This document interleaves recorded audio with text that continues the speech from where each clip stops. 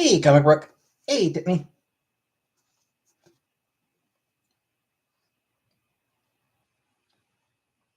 Hey, Trolling. Hey, Sausages. Hey, Giraffe. Beans.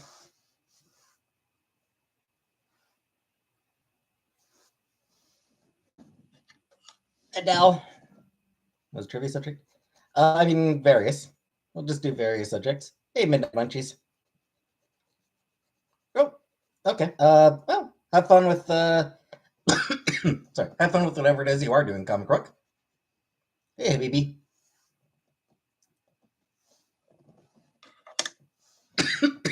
Hey, Lisa. Hey, Jenna. Seeing the Lion King music? Nice. I wouldn't mind seeing the Lion King musical.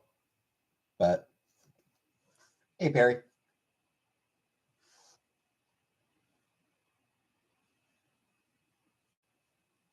Really excited to see all the costuming. Yep.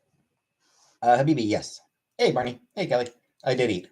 Just had leftover meatloaf and a microwave potato. Saw Aladdin on Broadway. Seemed like a fun time as well. Hey, Steph.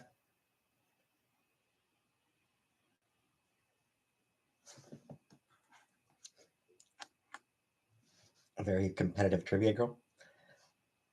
The two musicals that I'd really like to see are Beetlejuice and Wicked. Nearly Midnight, Liza? I do really want to go see Wicked, and I do really want to see the Beetlejuice musical. But Wicked in particular, I'd like to see. When am I becoming a woman? Eventually.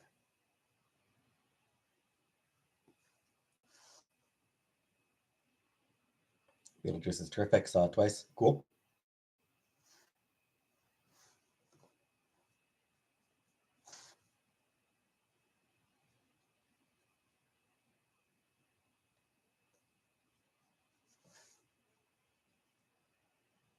Hey, tall vampire lady. Thanks.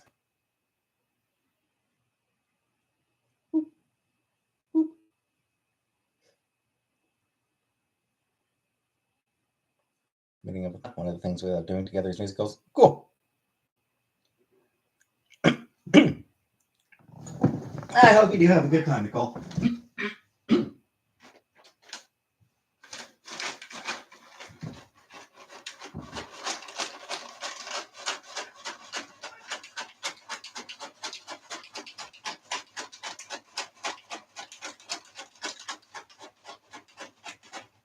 Just summoning everyone's pets.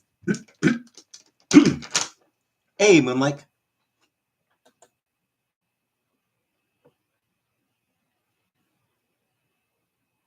I'm just gonna screw that comment.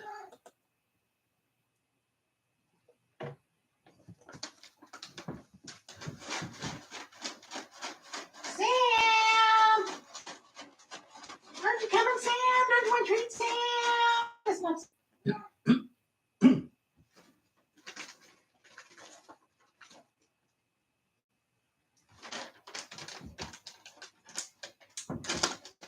And actually, I gotta blow my nose as well. Give me a minute.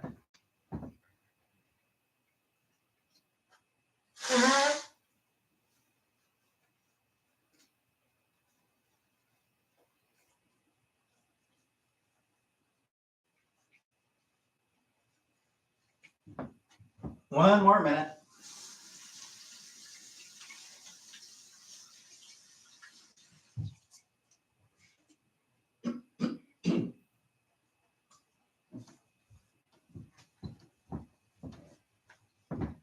There we go. All right, I'm back. Hey, just scrolling. Chantal got hamsters.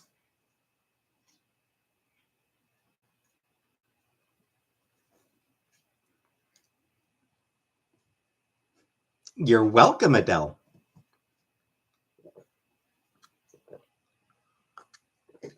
I didn't know that she got hamsters. Zombie, hi. Hello, Zombie. Thank you very much. Thank you so much, Zombie. Thank you so much. Male and female, and they're in a very small cage.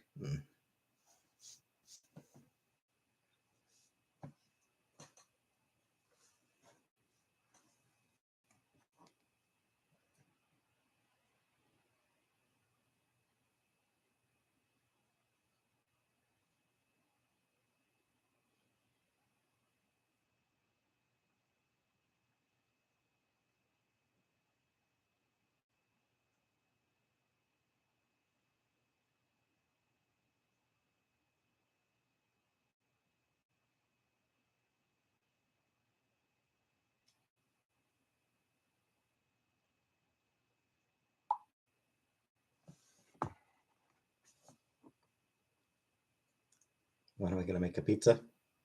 Never.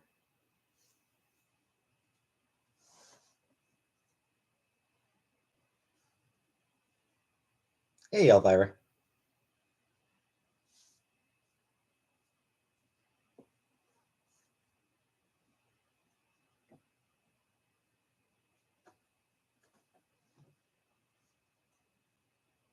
Yeah, I'm okay, Elvira. Thanks.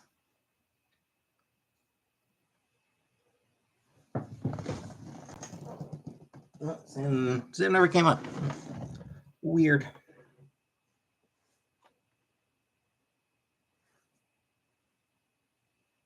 Something crafty for sure? I don't think so, Tall Vampire. I'm not a crafty person.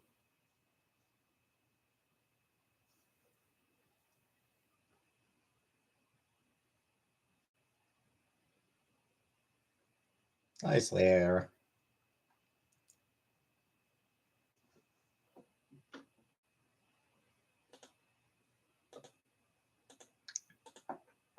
What did I try not like? Damned if I can think of anything I ever tried just because I never had any interest in it. If I were an animal, would I be a meerkat? Maybe. Hey, Ryan. Hey, Frida. How often do I trim my toenails? When they need them. So not very often. I don't trim my toenails very often. I've never bitten them off.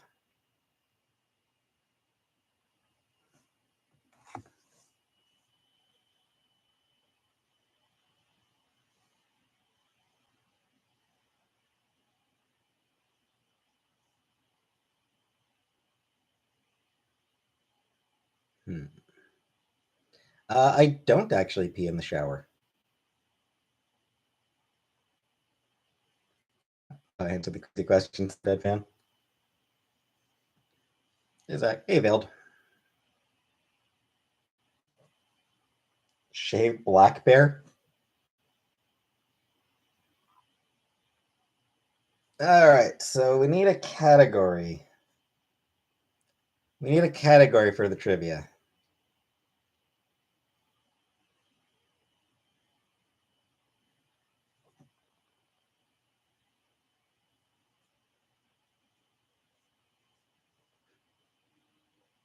Disney? Canada?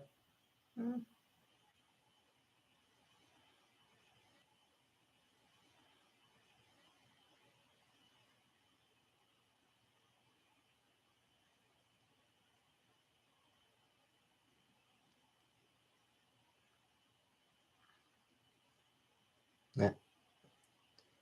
YouTube. There is no category for YouTube.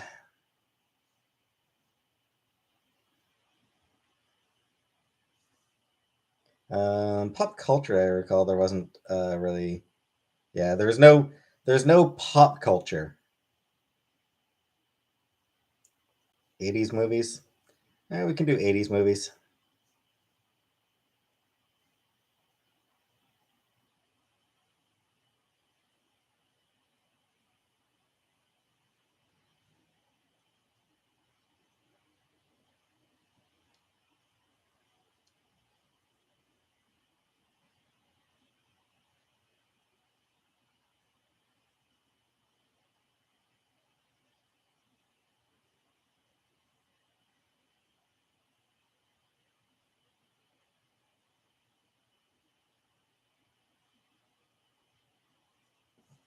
Hey, Bacon. Reminds me of a primary school teacher ignoring the disruptives and getting the disruptives and getting class back on track. I want to go on mastermind with Disney as my subject, but leather makes me queef. All right, so we'll start with 80s movies. Probably don't know much about 80s movies, but want the nostalgia of chatting about them. Fair enough.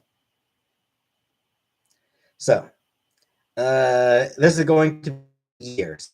So, each. So, 1980.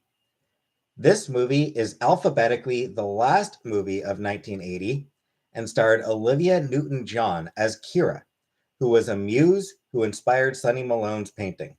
What movie was this? Xanadu, Xenia, X-Men, XY.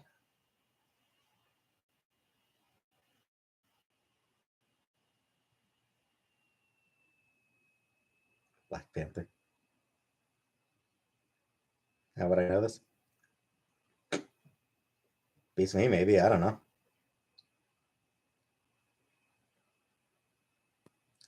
Too easy when you give multiple choice, Wolf. Eh.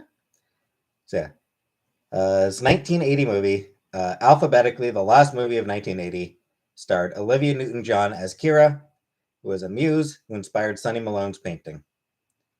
Xanadu, Xenia, X-Men, or XY.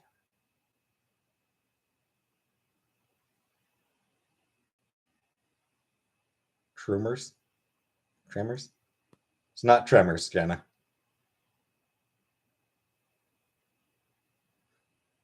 The answer, as most people initially guessed, the answer was Xanadu. No multiple choice. American Dad. 1981.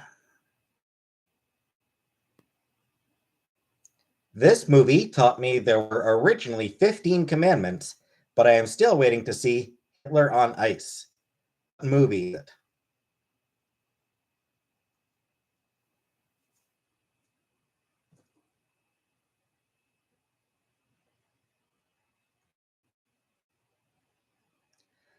The options are The Gods They Must Be Crazy, History of the World Part 1, Yellow Submarine, or Little Foxes.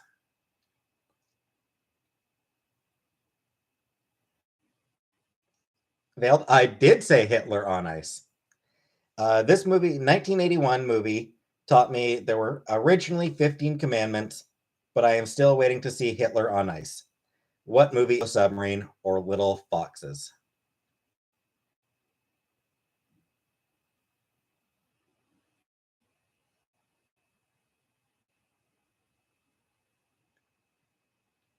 Hey, Shirley.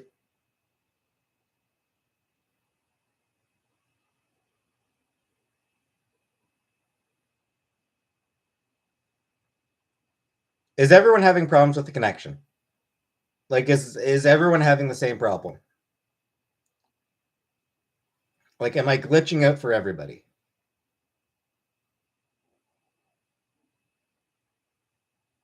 Yes, yes, yes, yes, yes. Fuck's sake. Jesus Christ, YouTube. What the fuck today? All right, let me try refreshing this. It's getting better. Not glitching now, just for a couple seconds. It's good now. Hey, Tihan.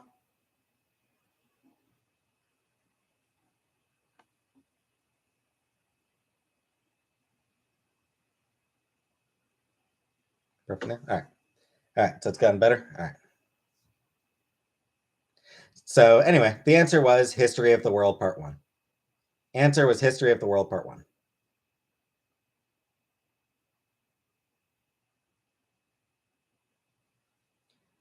This one should be easy. 1982 movie.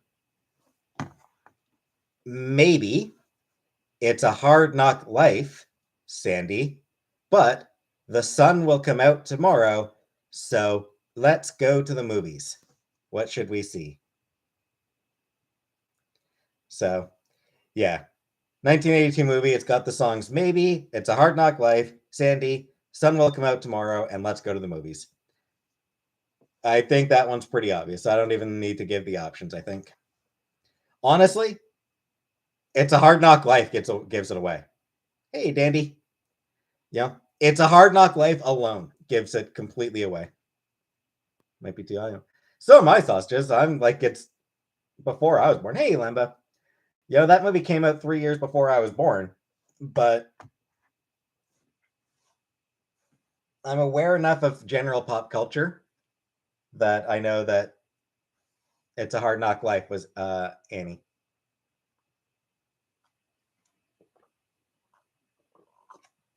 Another great Tim Curry performance. He never gave bad performances though. Don't worry about it, Perry. So yeah, Annie. 1983. This movie stars Patrick Swayze as Danny Curtis, the older brother and guardian of Soda Pop and Ponyboy. What movie?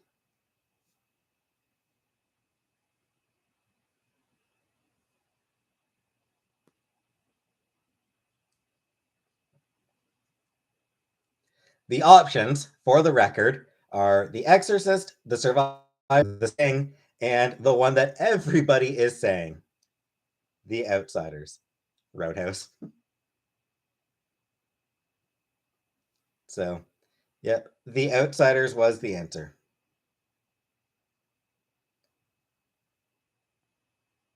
No, it ain't The Exorcist. What? Soda Pop and Ponyboy aren't in The Exorcist? Based on the S.E. Hinton novel?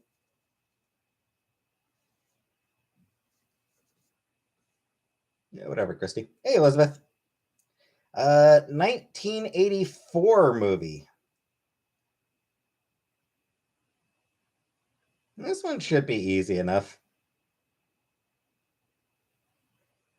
Wouldn't be surprised if people get this one. So, 1984. Alan is saved by a mermaid when he is 8. Years later, he is rescued again. What movie is this? Back to the Future.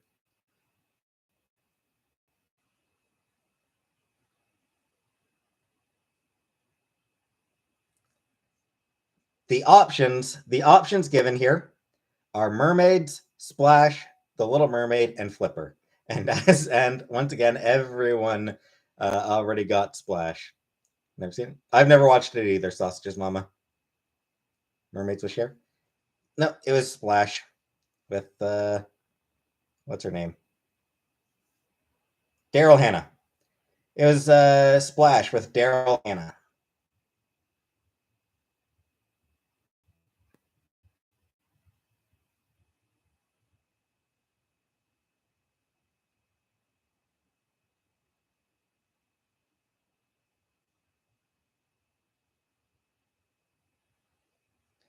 JFK. All right. Thanks, Undesirable. This one should be another easy one. I am not sure what movie I want to pick for 1985. So yeah, 1985. Year's 1980 movie came out in 1985. I'm not sure what movie I want to pick for this year, 1985, but maybe if I go back to November 5th, 1955, something will come to me. What movie made me think of this date? So yeah, November 5th, 1955. Movie came out in 1985, includes November 1955.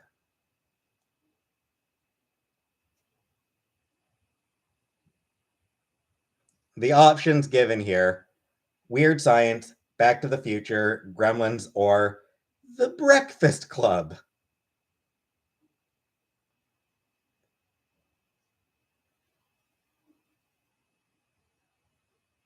And yes, Back to the Future.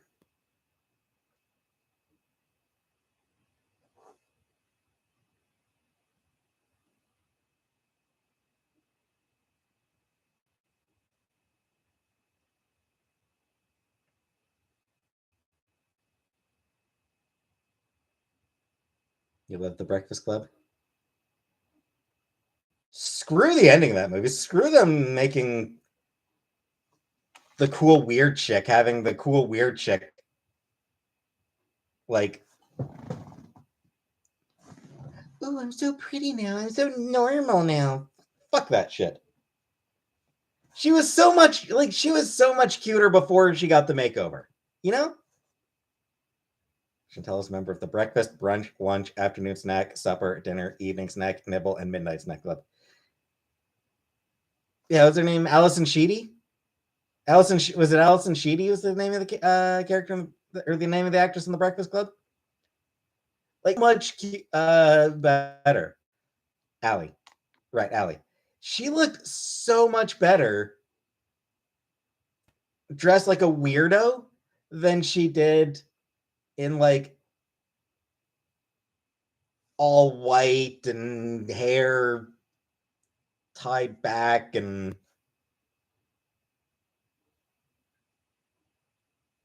God. She looked so good when she was dressed as a weirdo. God damn it. Anyway, 1986. 1986 movie. What movie stars Marley Matlin death?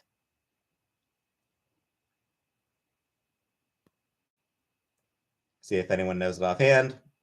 Probably not. Shrek 2. God damn it. Some people do know it offhand. Damn it. Some people do know it offhand. The options are Children of a Lesser God, Children of Eden, Children of the Corn, Children of the Dark. What 1986 movie stars Marley Matlin as a deaf woman who cleans toilets at school for the deaf? Children of a Lesser God, Children of Eden, Children of the Corn, Children of the Dark.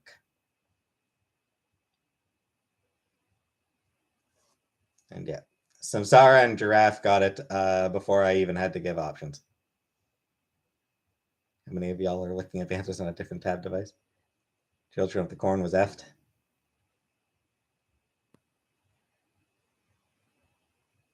The answer was Children of a Lesser God.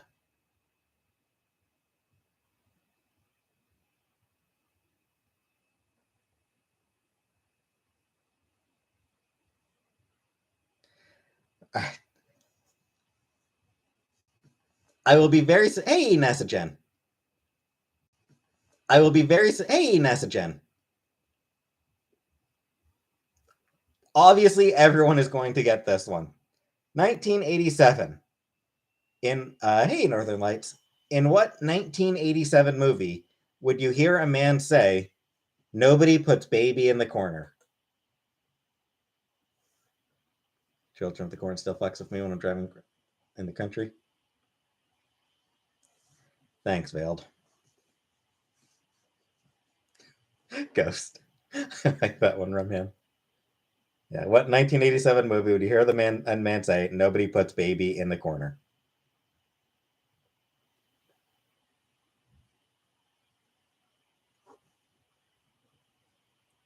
I had the time of my life, and I owe it all to you. I don't know how that song goes. Hey, Harlem.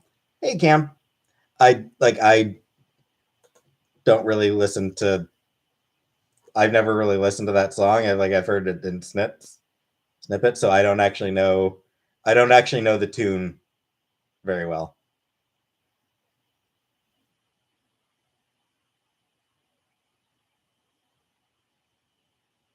Did you cry during the final dance scene? I never watched that movie. I never watched Dirty Dancing. Yes. May as well mention the options given here. I may as well mention Dirty Dancing, obviously, Black Breakfast, or Footloose.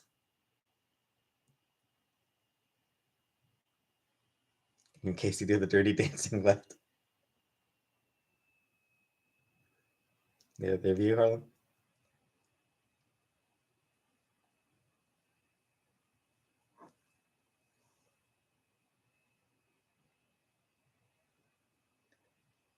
hopes that you'll become a ballroom dancing champion.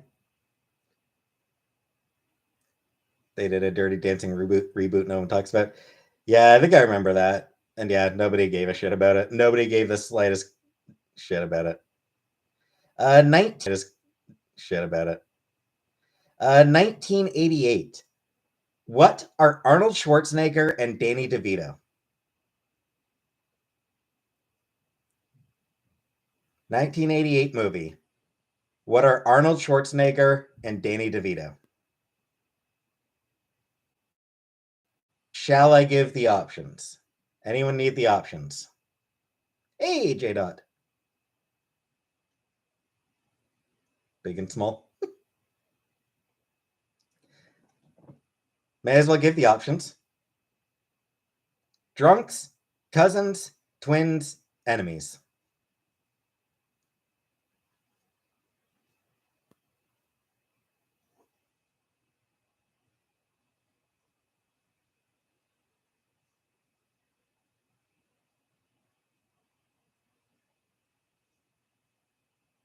Obviously, twins.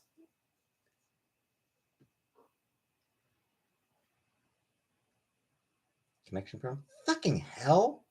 Again?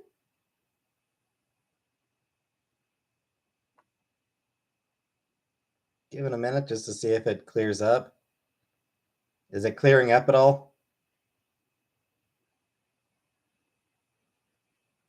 I think it's YouTube? Maybe. Well, no storm. My connection is just fine. Just a second here and there, it's fine. No, it's gonna be. I'm gonna be doing other trivia. I'm gonna be doing various categories. All right, final question. Final 80s movie question. 1989. Connection sucks. No, it doesn't. My connection's fine. I've got a good, strong connection.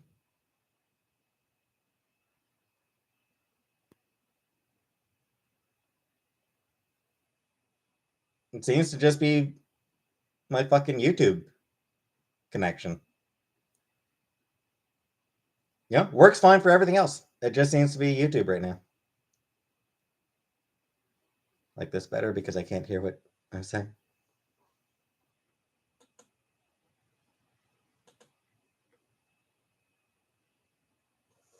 Nickname is connection and I do suck. Hey, Thea.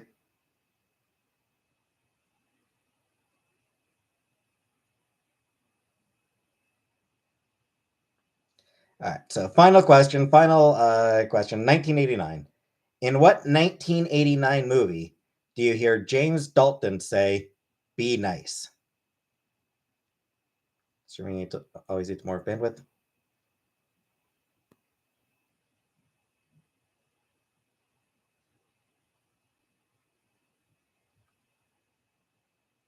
In what 1989 movie do you hear James Dalton say, "Be nice"? The options are Look Who's Talking, Dead Poet Society, Roadhouse, and Batman.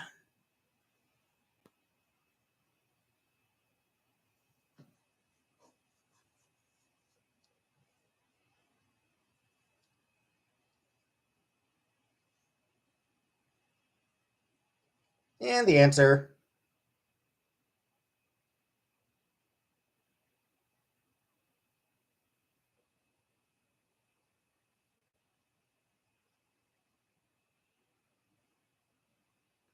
is Roadhouse.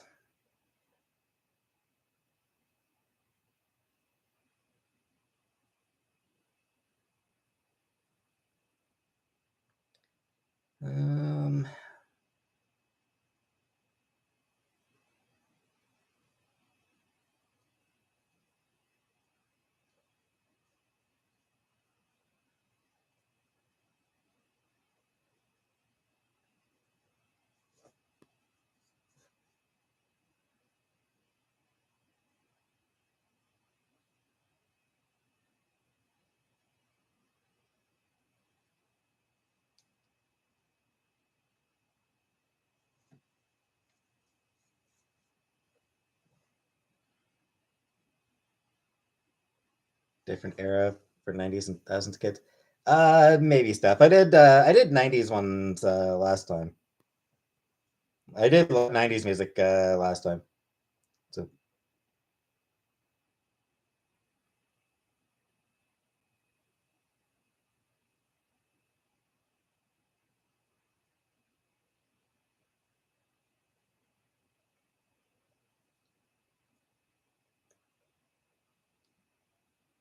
how about video games? Anyone want to do a video games quiz? Hey, kitty cat. 1940s trivia for Steph.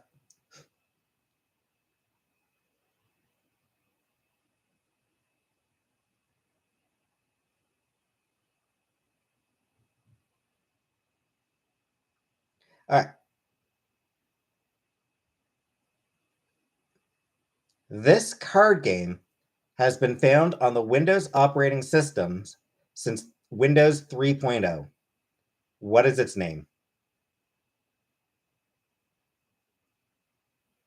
What is the card game that's been on Windows since Windows 3.0?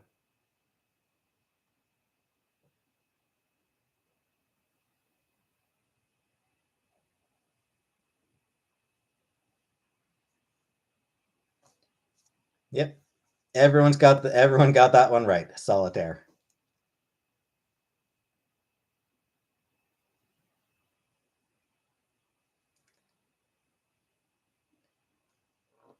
Hey, Jada. Oh, you're talking to Jenna, who said Gran Turismo. Another Windows game, this time first appearing in Windows 3.1, also a standard on the operating system, and it's the oldest non-card based game to hold that title.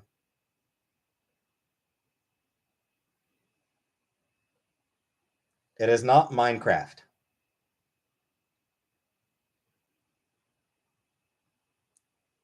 First debuted on Windows 3.1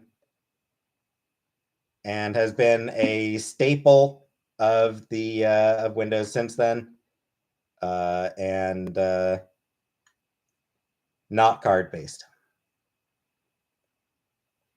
Not Snakes. Not Tetris. Not Mahjong.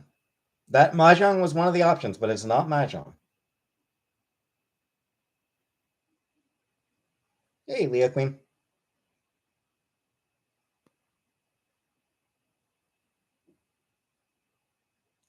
And yeah, the people who said Minesweeper, a few people said Minesweeper. It is Minesweeper.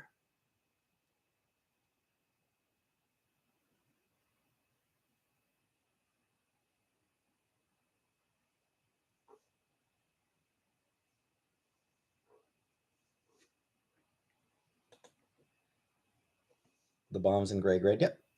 Minesweeper is fun. Minesweeper is kind of fun. Anxiety number bomb game. I will confess, it took me a bizarrely long time to figure out what the rules of Minesweeper actually were. Hey, Jamie Davidson. It's frustrating. Like, I was in my 20s and I pulled it up and was like, oh, I know what I'm supposed to do here. Hard to conceptualize without YouTube. Or without it's hard to conceptualize without looking at the instructions. Minesweeper instead of Mass Effect. Being French, we call them differently still. I can't remember the name now. Ah. Next one. This virtual table tennis game has been around since 1972. What is the name of this popular Atari game which sparked the arcade era? Used to love Minesweeper. They added it to MSN Messenger joint games. Wii Sports.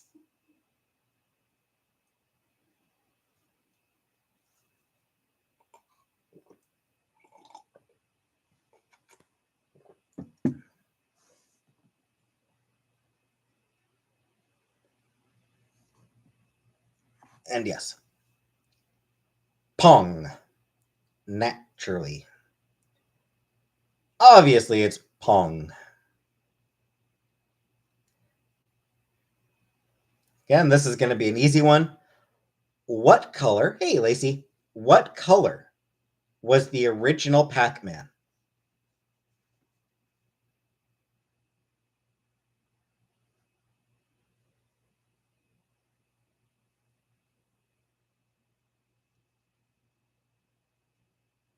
Chartreuse. You're colorblind?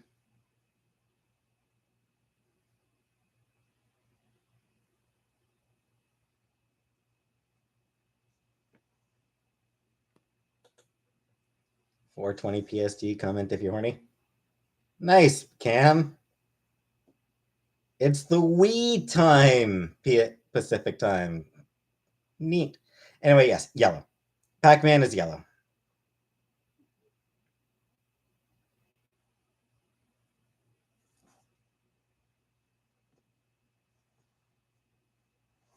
What color is he now? Still yellow, I think.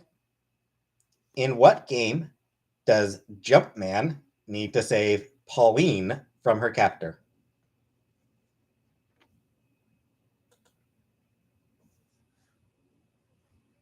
In what game does Jumpman need to save Pauline from her captor?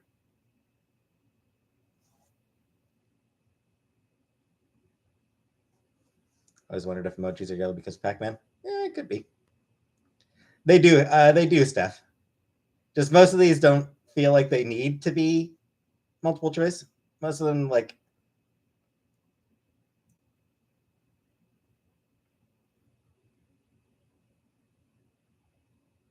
But yeah, I'll give options for this one. Mappy, Jungle King, Donkey Kong, or Joust.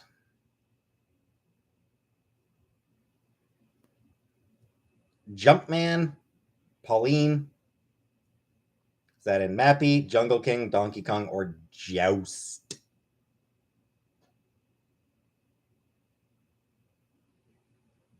The answer, of course, is Donkey Kong. Joust. It's Donkey Kong. Classic, good old classic Donkey Kong. Before he was Mario, he was Jumpman. Who was the final boss of Super Mario Brothers? Bring back some great memories. Funnily enough, this one is not actually multiple choice.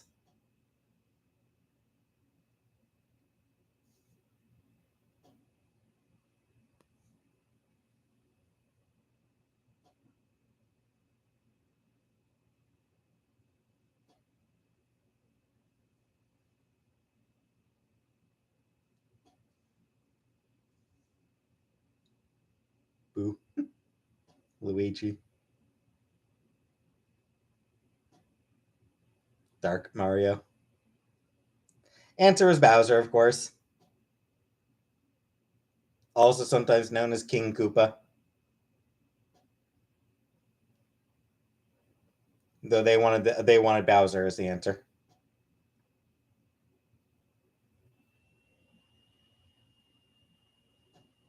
Although the true final boss of Super Mario Brothers is Peach's sense of humor. Final boss is childhood trauma. Thank you, Mario, but a princess is not in the castle. Hee hee hee, I'm joking. I just went through 8 fucking worlds to save you, bitch.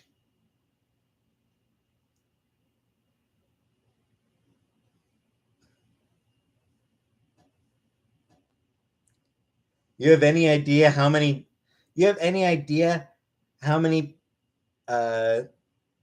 goose and turtles I had to murder to get here?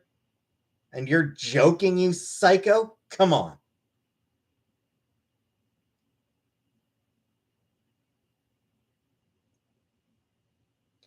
Next question. Next question. In Tetris, How many separate blocks are in each falling block or tetrad?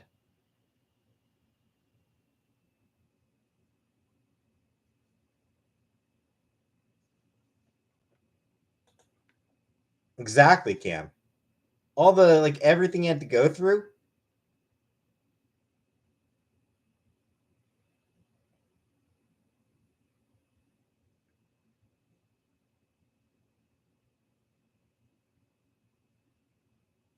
Yeah. How many blocks are in each falling shape or tetrad? 2, 3, 4, or 5?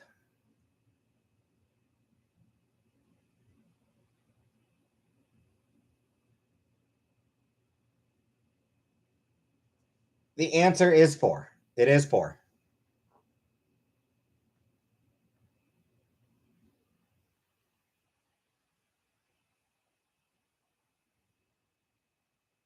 Four blocks in each block. Never thought about they are all the same number, but obviously 4. Yep. I don't think so, kitty cat. I'm not keeping score.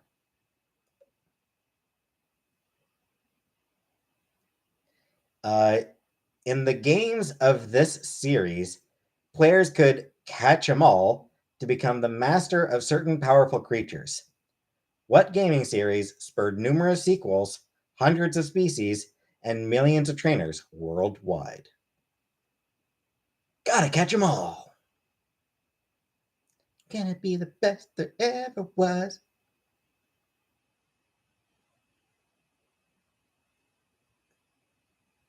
Again, I don't actually know how the theme song. I don't actually know how the theme song goes. Sailor Moon, hentai.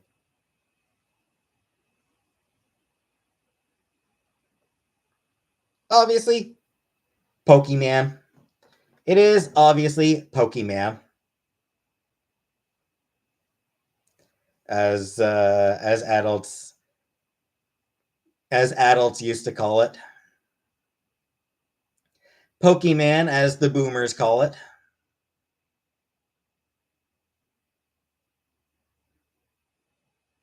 My name was Pokemon because I caught all the STDs in my youth.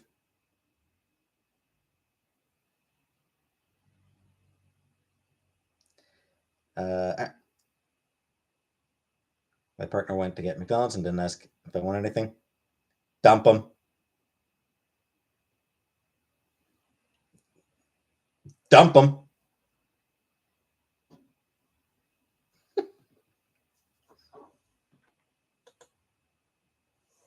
Next question. Again, should be an easy one.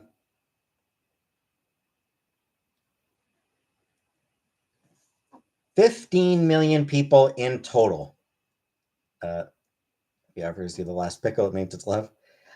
15 million people in total have subscribed to this PC game, in which constantly expanding game can players be a member of the Alliance or the Horde to fight for their faction.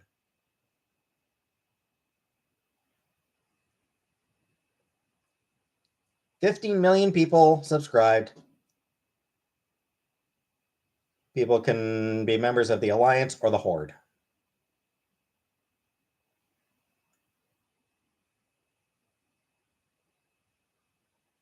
Nerds of Nerdcraft. Yeah, that sounds most accurate, honestly. Man, a lot of people seem impressed by this question.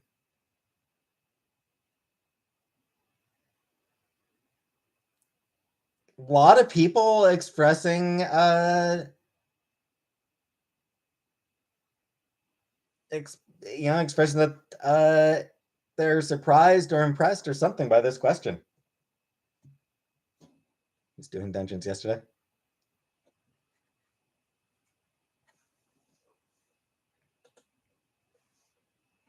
Anyway, the answer is Cooking Mama. Okay. Obviously, World of Warcraft. And final question.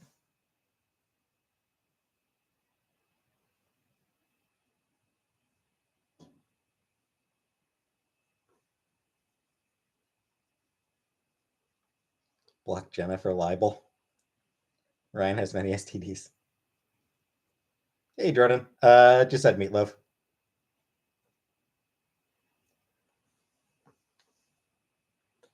Killface. Of this category, Killface.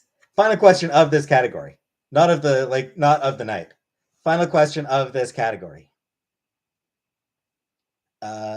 Most people have seen this game in popular culture, or they've rocked out on the peripherals required for it.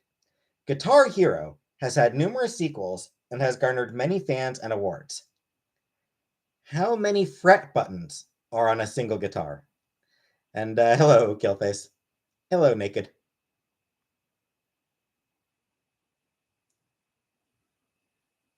Rock Band? It's not Rock Band. It's Guitar Hero. How many fret buttons are on a single guitar in Guitar Hero? Miss T is wanting to send you cat. I have wet food for them. They have food, Bally.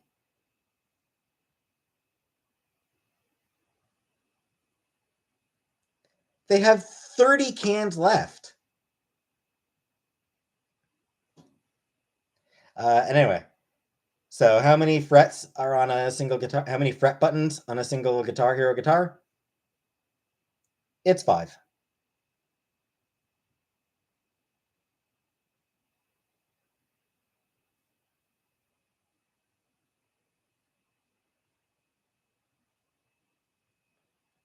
Five of them. Cats are literal harassment.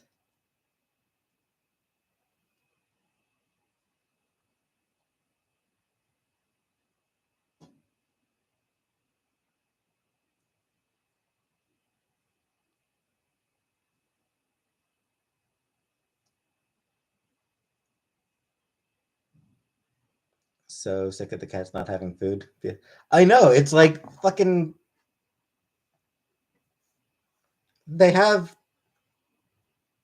30 cans.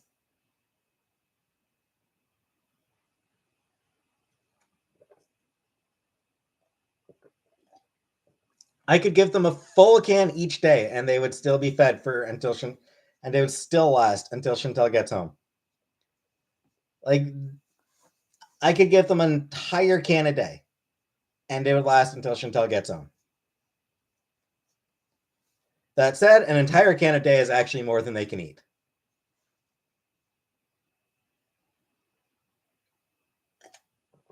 Just look at the bad things. Well, I mean, Sam's a big boy. Sam is a big boy. And Casey's thin, but she always was.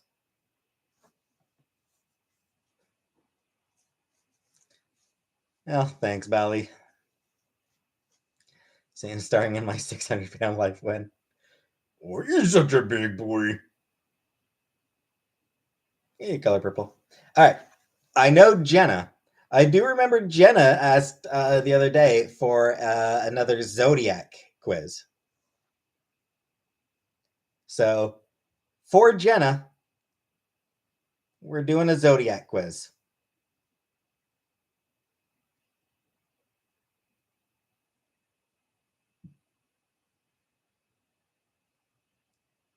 Lo-fi B? I think they're okay.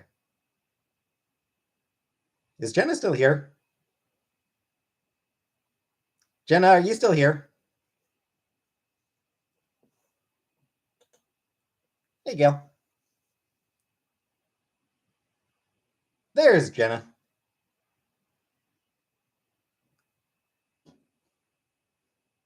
All right. Zodiac Killer. Maybe next. What zodiac sign is represented by the water bearer and includes the dates January 21st to February 19th?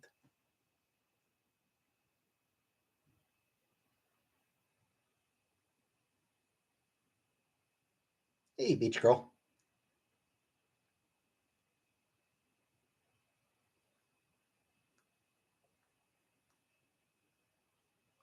And yep, a lot of people getting it right. Aquarius. Best friend is an Aquarius. I'm an Aquarius. What zodiac sign is represented by a picture of a virgin and includes the dates August 24th to September 23rd?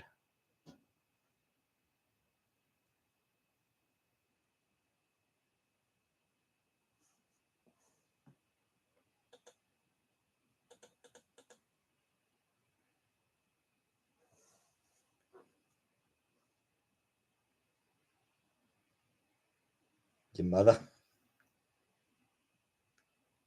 These are too easy. Yep. And yes, Virgo. What zodiac sign? Have a lot of February birthdays. Apparently, I do, Harlan. Do I follow zodiac? No. What zodiac sign is represented by the bull and includes the dates April 21st to May 21st?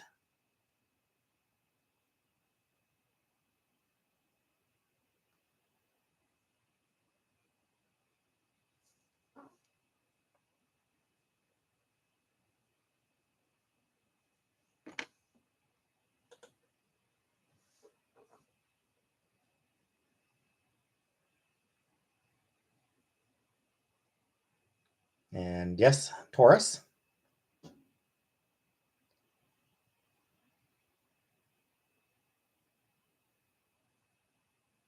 Bolsky. Newman. Is that supposed to be Bolsky or Bull Sky?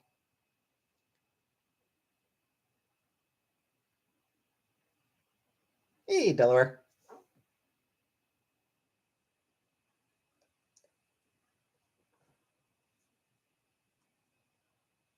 Sky like air, not like Polish.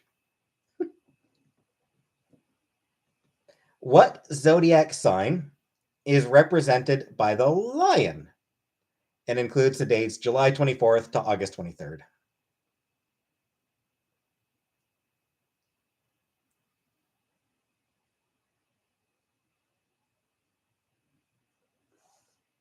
Shakira.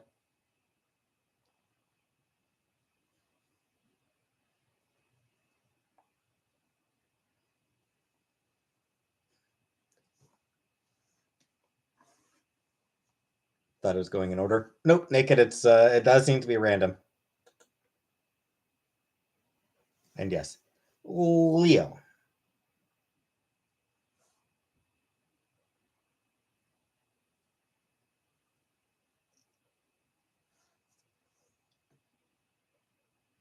Oh, Sofa. Hey, Sofa King. Hey, Sofa. Welcome.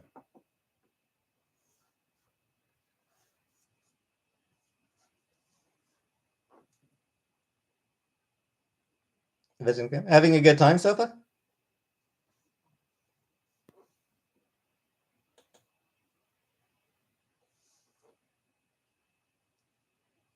Birthday, time, and city?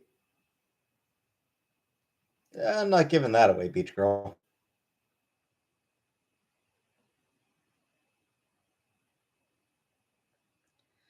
All right, next one. What zodiac sign is represented by the fish and includes the dates February 20th to March 20th? The fish.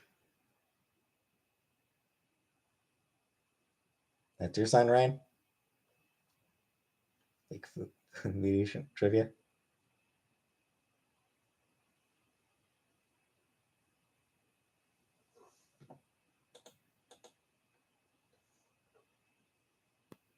Hey, Marty. The pussy sign? Yes. Pisces. What zodiac sign is represented by the crab and includes the dates June 22nd to July 22nd. What zodiac is Casey? We have no idea, Habibi. We don't know when she was born. She was already 1 or 2 years old when by the time Chantel got her. She was a rescue, so no idea.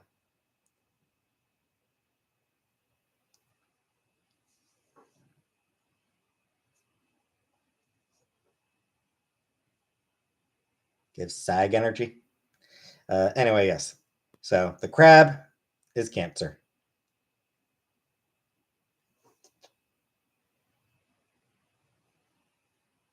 Hey, Boozin. What zodiac sign is represented by the Archer and includes the dates November 23rd to December 21st?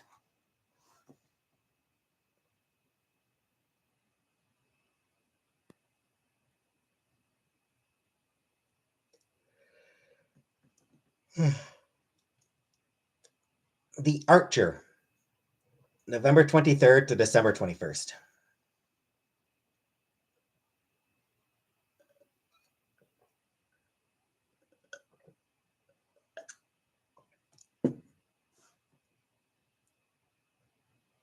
What do I think of the hamsters? I think I want photos of them. I think I want to see pictures of the hamsters. I think Chantel needs to send me pictures. Oh, good night, Titney. The answer is Sagittarius. Or Sagittarius. The answer is Sagittarius. Is that like it's water boozing? Oh, he got you McDonald's as well into dumping of cred. Well, there you go, Elvira. All right. He hangs in this time. Next one. What zodiac sign is represented by the goat and includes the dates December 22nd to January 20th?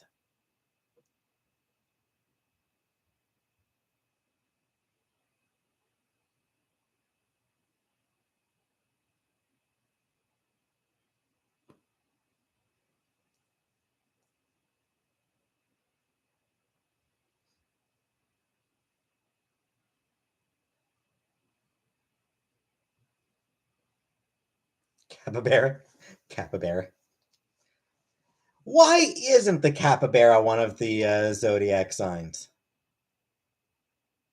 Thanks, Bally.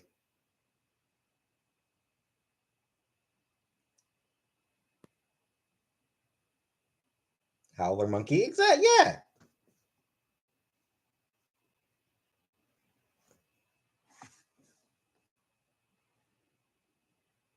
Fish person or a centaur person? I think I'd rather be a human person, personally. And Capricorn. Or Capricornus, it says here.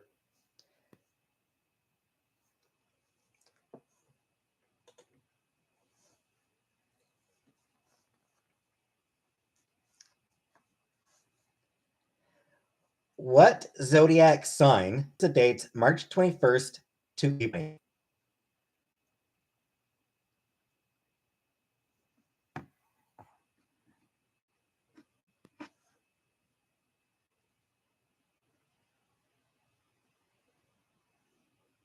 Block Ryan.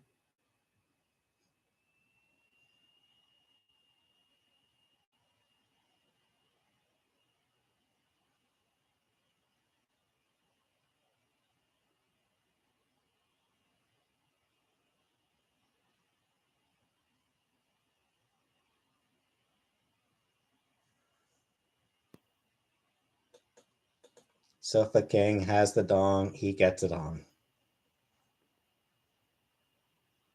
And yeah. This one, oh, okay. That sucks, Harlem. I hope you do get better, Harlem. I hope you do get better. And good night. And yeah, Leo Queen got it. It's fries.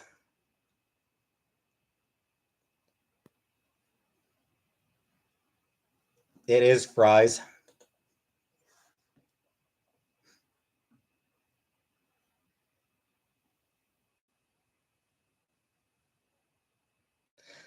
disappointed that Leo was the only one. Leo was the only one who made the joke about it being fries.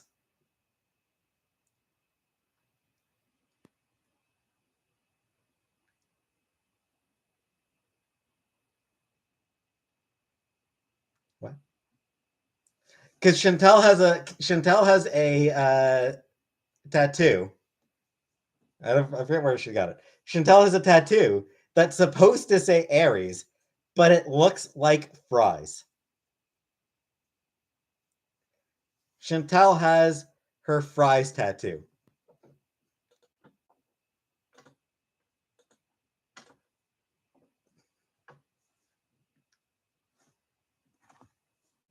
It's on her wrist. Right, yeah, her wrist, yeah.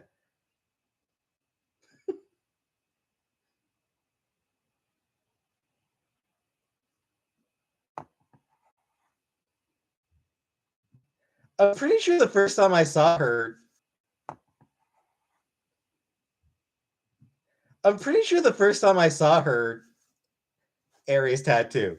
I'm pretty sure the first time I saw it, I asked her, "Why do you have fries tattooed on you?" It says Aries, but you can see it as fries because the font she picked. Exactly, Belly. It's supposed to be Aries, but the font she chose. The first time I saw it, I was like, "Why do you have fries tattooed on your wrist?"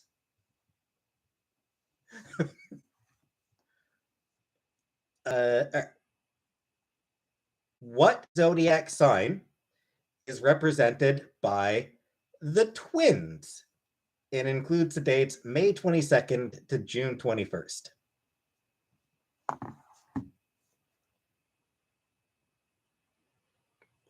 Represented by Schwarzenegger and DeVito. She does like puts in. Yep.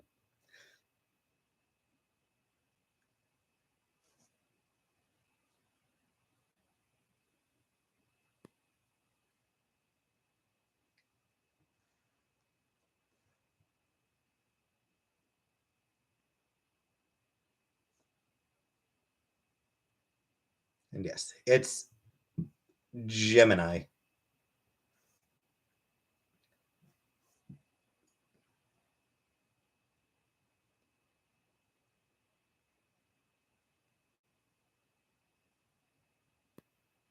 What zodiac sign is represented by the scales and includes the dates September 24th to October 23rd?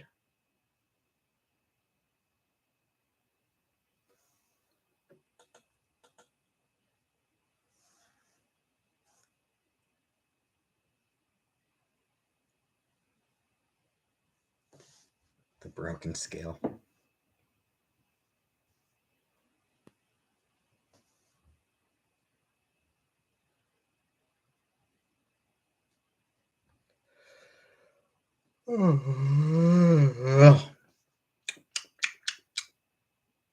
Okay, Libra.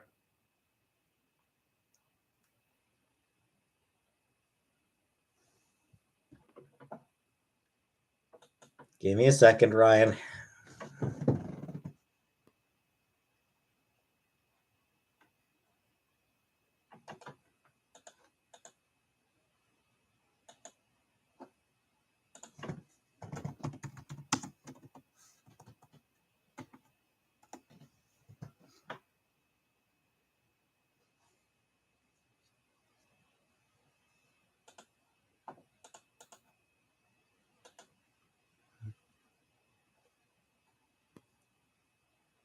Piggy 2.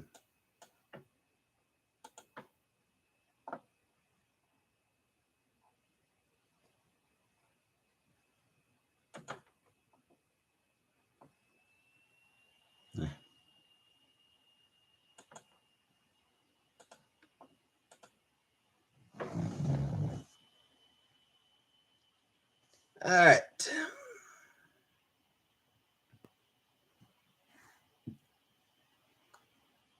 What zodiac sign is represented by the scorpion and includes the dates October 24th to November 22nd? I wonder what that one could be.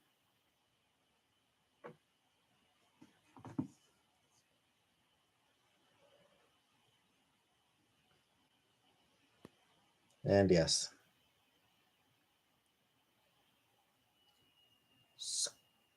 Scorpio.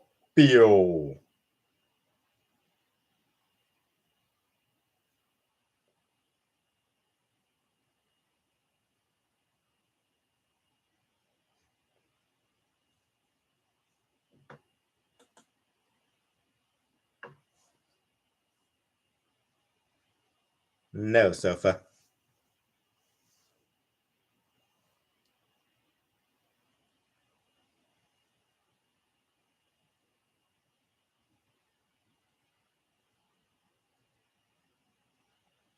All right. What next? What next?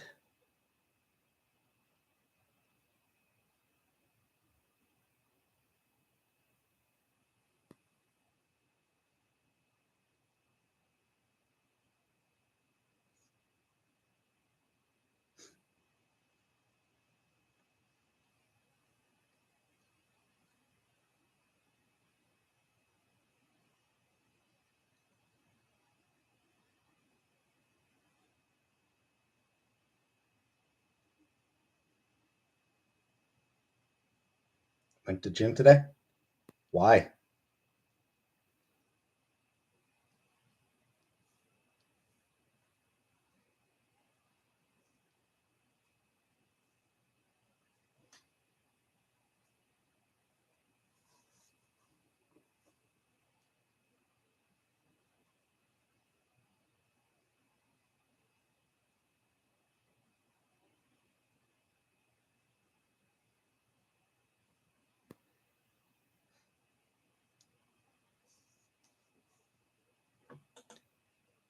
Shit, everybody knows for 200. How about a category on cats in the movies? New Year's is coming up. Will I drink tequila and get white girl wasted with us? Nope. People go to gym. I don't understand, Cam. I don't get it. Hey, Steph. Yeah, we're still doing trivia. What's New Year's plan? I'll come live for a few hours.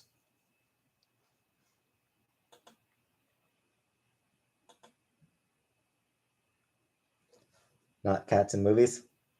Cats in movies it is.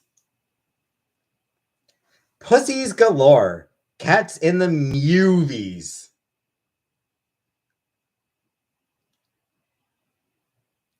This quiz's actual title is Pussies Galore, Cats in the Movies.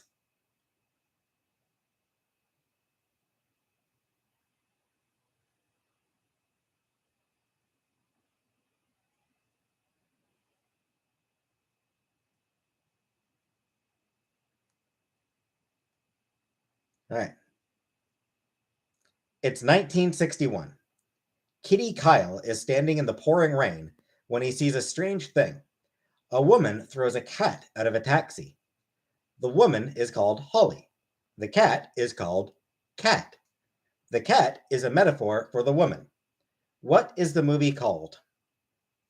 Breakfast at Tiffany's, Roman Holiday, West Side Story, or Duck Soup?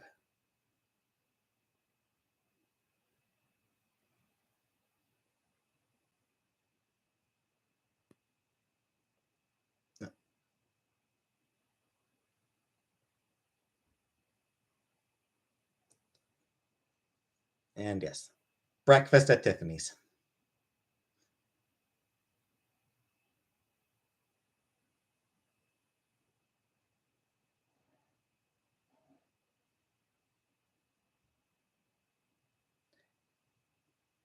Audrey Hepburn was a babe. She was. She was a beautiful woman.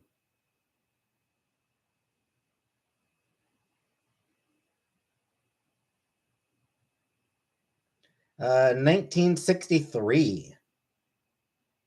Cat who will become an iconic screen image. The cat does not appear to be called anything.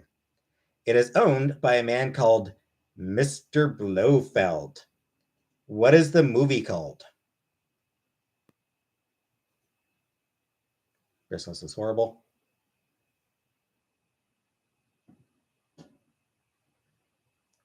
So yeah, which Bond movie has Mr. Blofeld and his cat. Not Dr. No. Not Goldfinger. The options it lists actually give it away.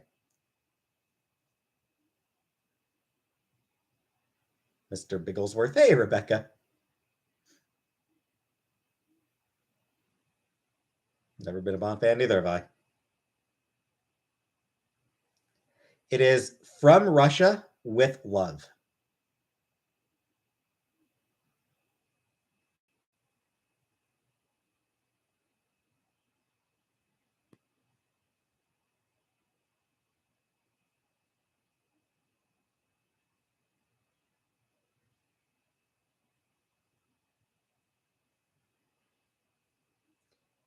Need Becky for this category, should we go? 1999. Katie Kyle is on a landing. A black cat walks past him. Then another black cat walks past him. Or is it the same black cat? Someone calls it deja vu. What is the movie called? Toy Story 2, The Matrix, Terminator 2, American Pie.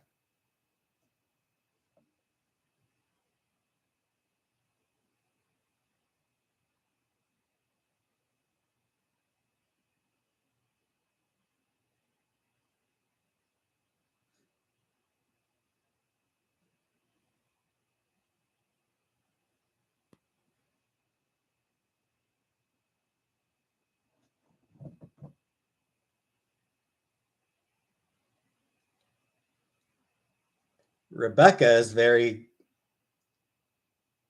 very certain. Rebecca is very certain of the answer. And she's right, it's Matrix. It was the Matrix. I didn't know that.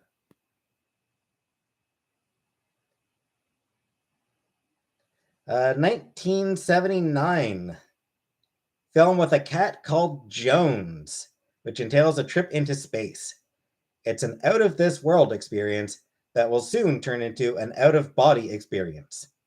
What is the body called? What is the movie called?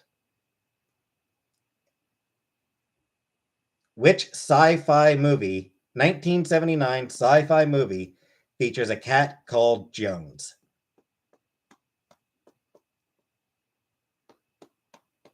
Matrix's trans directors. I know. I know the directors, Rebecca. And I know that the Matrix is, sort of a metaphor for the trans experience.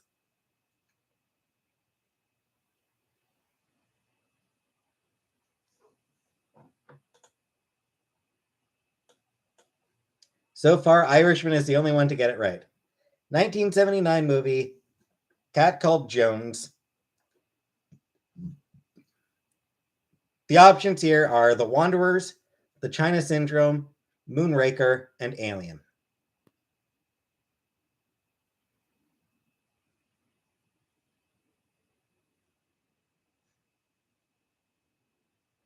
James Corden in his car for Sona.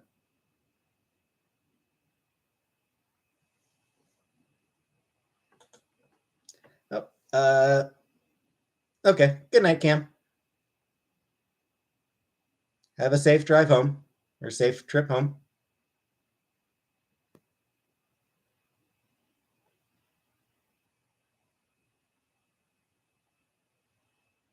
And Rosie to be the second person to get it right. It's Alien. Jones. Jones the cat. Nobody remembers Jones the cat from Alien? Come on.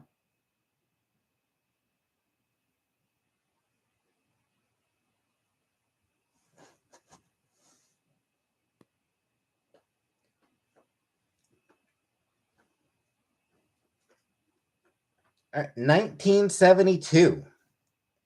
America's first X-rated cartoon. It features a fox called Winston Schwartz, a crow called Duke, and a cat. What is the film called?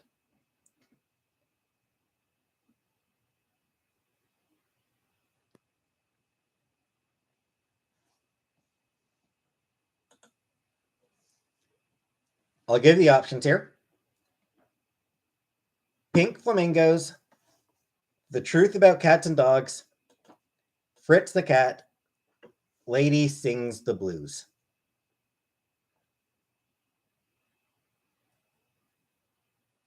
1972 movie, America's first X-rated cartoon, X-rated animated film. Pink Flamingos, Truth About Cats and Dogs, Fritz the Cat, Lady Sings the Blues.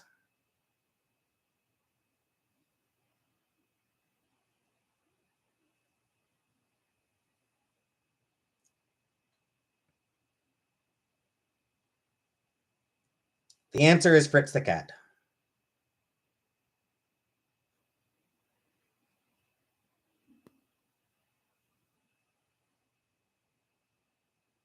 Okay, well, this one is just a gimme. R. Crumb. I feel like not Crumb. I don't think it was that Crumb? Give me a second. Oh yeah, it was. Yeah, it was based on a comic strip by R. Crumb. The film was directed by Ralph Bakshi. So the Fritz the Cat, it was based on a comic by R. Crumb, but the movie was Ralph Bakshi. Gonna get a better category soon. Downtown soon. Got Fritz the Cat on DVD. Cool. So this one should be a gimme. 2004 movie features a ginger cat that walks upright in boots, wears a cape, and sports a large black hat with a yellow feather.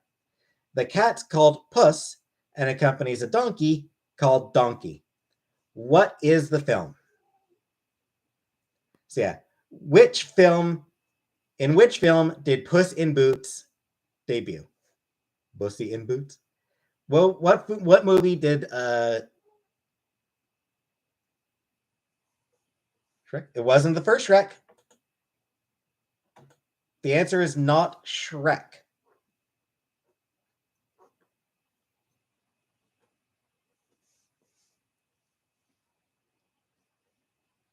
Yeah, Rebecca was the first one to get it.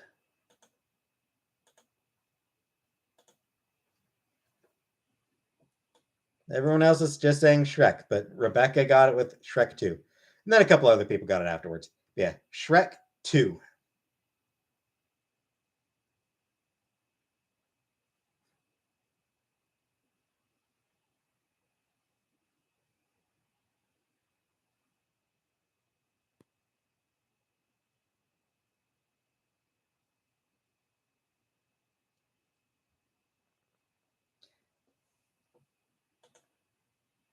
All right. Here's another gimme. Mr. Bigglesworth. Which movie did Mr. Bigglesworth come from? Shrek 2 answer earlier, but it's for another. Yep, Elvira.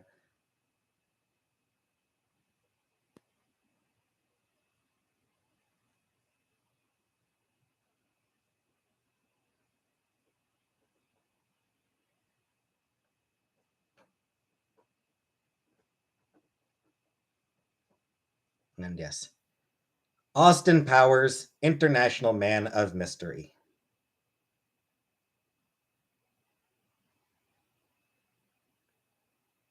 Oh, this is actually a good story. I really like the story for this one actually. Like the real thing. 1972.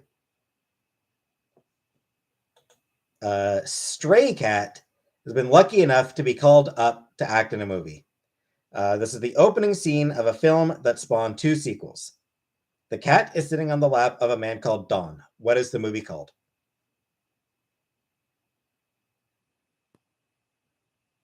It's a 1972 movie.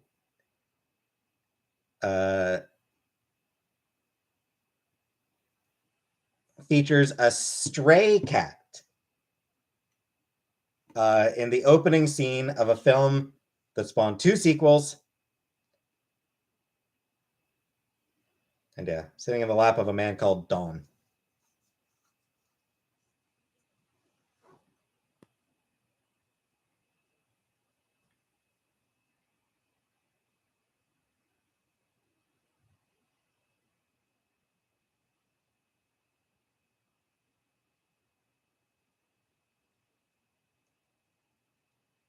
Yeah, Steph got it. Sofa got it. Nita got it.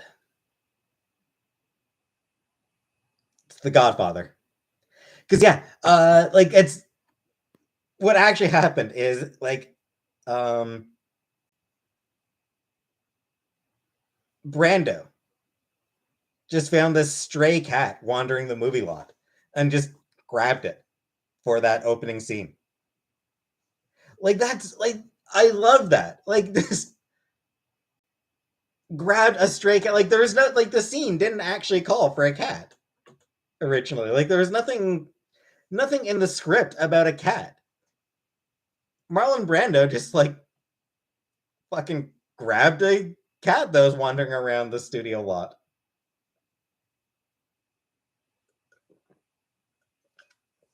Yes, Elise, we are.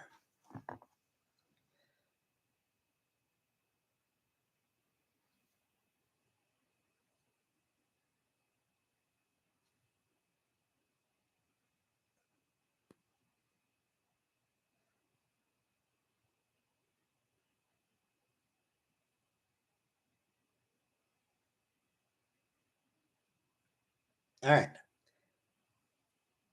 Last question in this category. Last question in this category.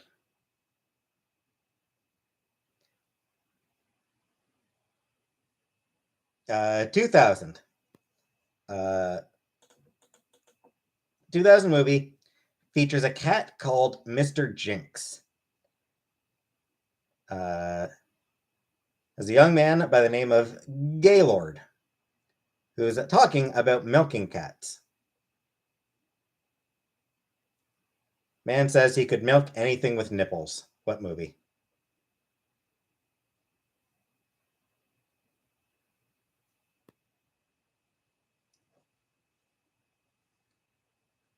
And yes, Meet the Parents.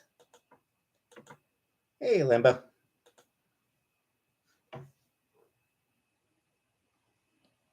What else? What else? What else? What else? What else? What's a good category? What's a good category?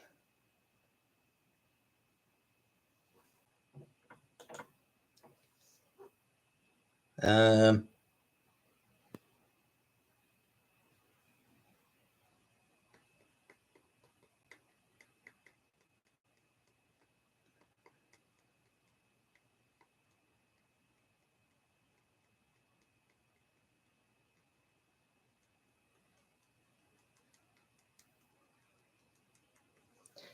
Anybody got any categories?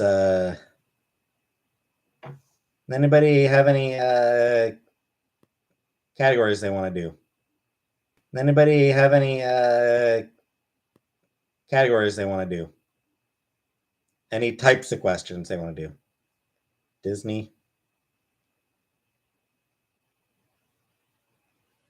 Drag Race, yeah.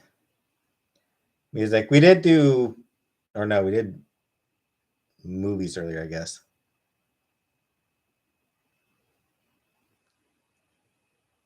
Music, LGBT, food, Disney, music.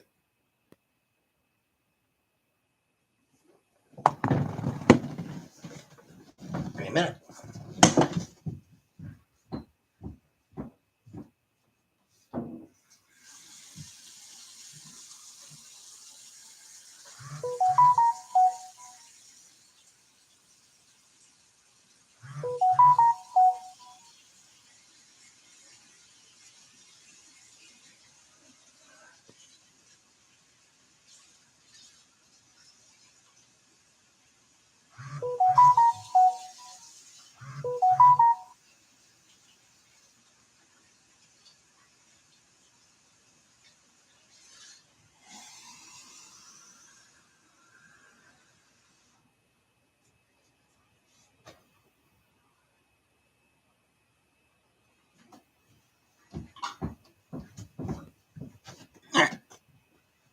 So we did get a few people asking for music.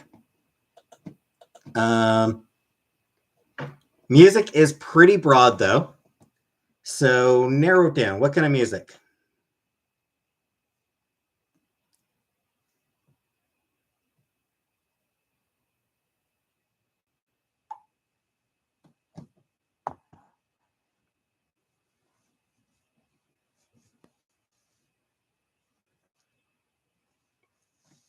Ignore the people asking for food. 90s. I think we did 90s music last week.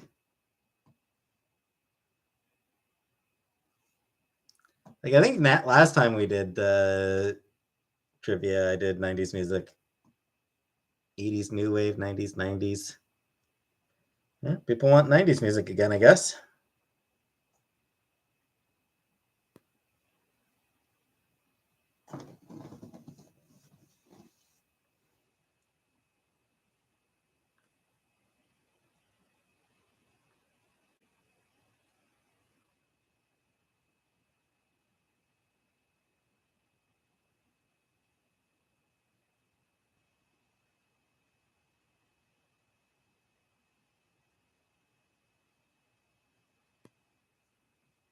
All right. Hey, Zozo. Natalie and Julia. All right. So 90s music. We'll do 90s music again.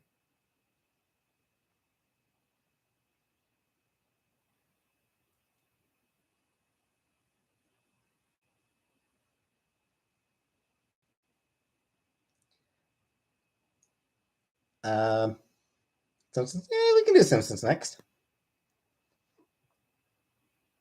Yeah, we can do food soon as well. We'll do food as well, Steph. All right. An old man turned 98. He won the lottery and died the next day. It's a black fly in your Chardonnay. It's a death row pardoned 2 minutes too late. What song?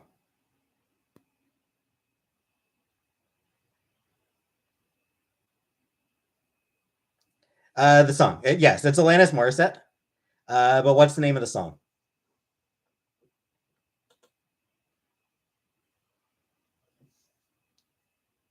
And yes, obviously, ironic.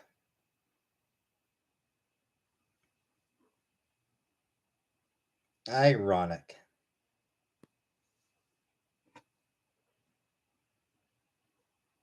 Bionic. Take Ryan on your wedding day. 90s music has a tribute as a Canadian advice already. It's just because Canada's better, Mix. It's just because Canada's a better place. All right, so another super easy one. This is another super easy question for anybody from the 90s. Which Green Day album was released in 1994 with songs like Longview, Basket Case, and When I Come Around?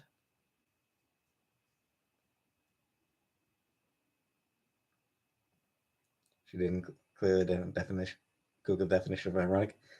I mean, Google didn't exist, but she, could have just grabbed a dictionary. Not brain something, Jenna.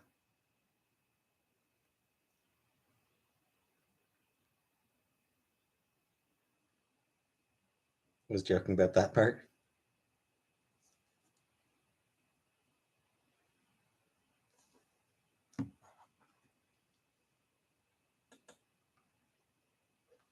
And yes, Dookie. Dookie.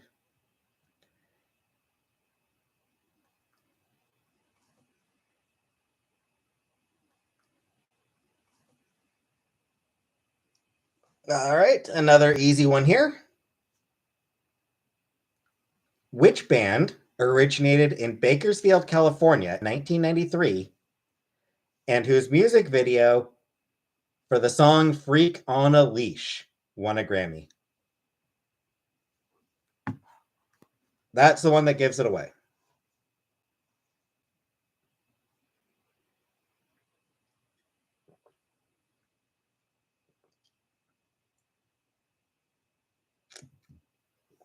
No doubt.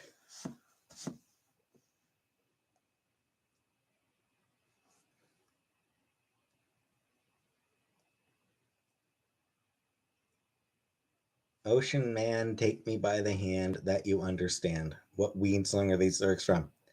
The answer to that one, Newman, is who cares? Who cares about Ween?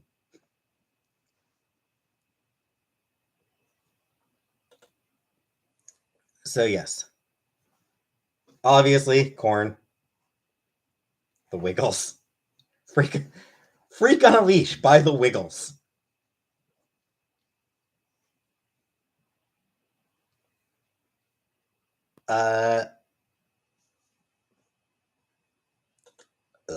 Pretty fun. I hated that song, Shays.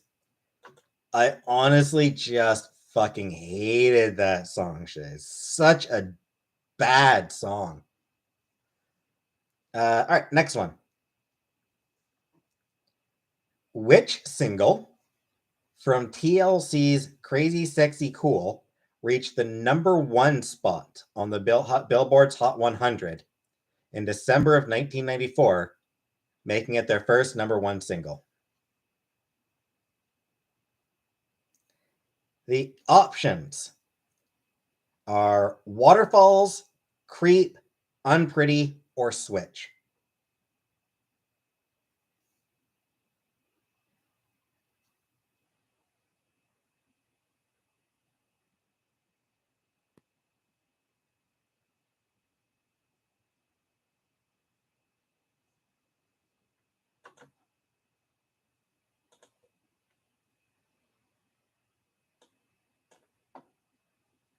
Couple people got it right.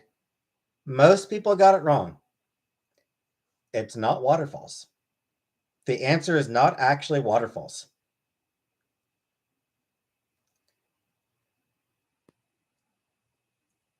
Reached #1 in December of 1994, and it was their first #1 single. The answer is not Waterfalls. So the options are Creep, Unpretty, or Switch.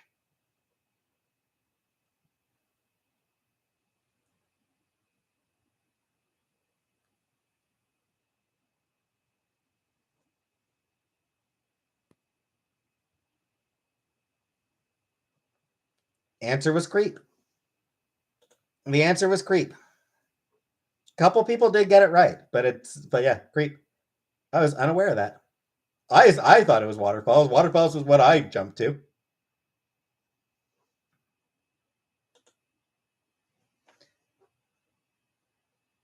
Don't go chasing waterfalls.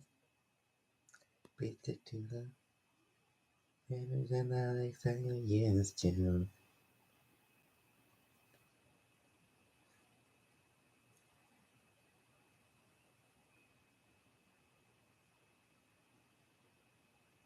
All right.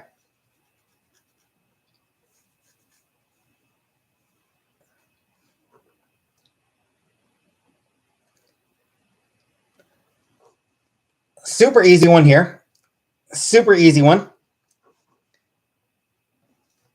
If you want my future, forget my past. If you want to get with me, better make it fast. Now don't go wasting my precious time. Get your act together. We could be just fine. What song? What's the song? Obviously, it's Spice Girls. Spice Girls is the band.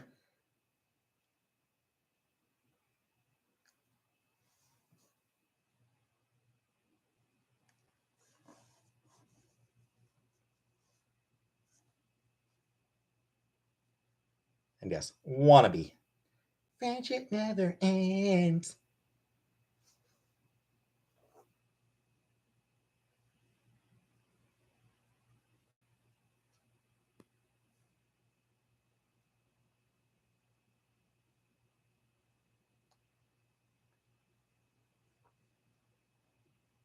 Good song. It's a good song.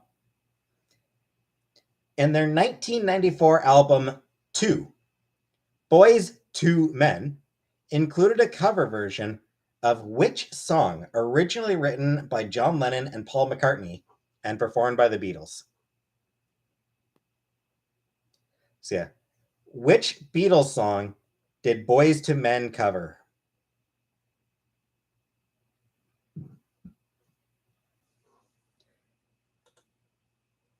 Imagine was Lennon alone.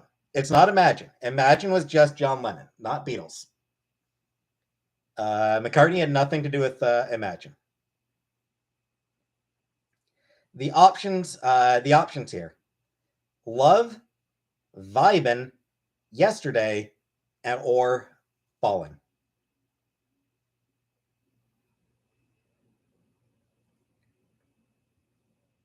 Paperback writer.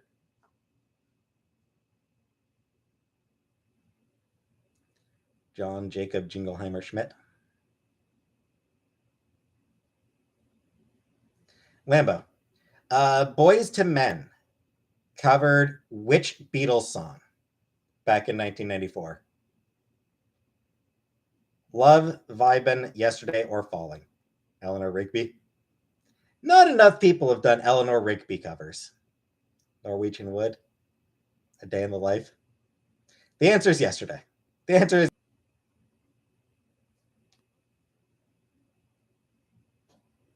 And Linkin Park? No, never liked Linkin Park. All right, next question. This is a sad one. This is a sad question. This Texas-born Tejano star released her fourth album entitled Amor Prohibido in 1994 and also began a clothing line that same year. Which singer was murdered by the president of her fan club in 1995 before the release of her English language crossover album?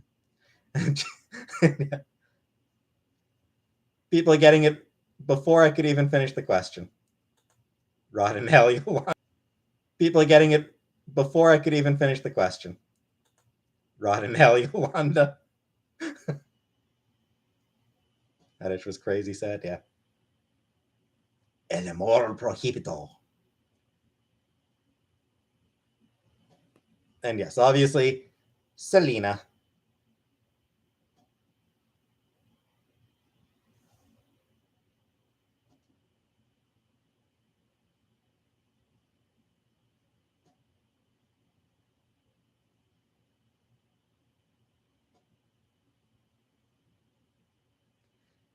Next question. Yolanda is out on parole in 4 years. I mean, it's been a long time. Like, it's a long time ago that it happened. So,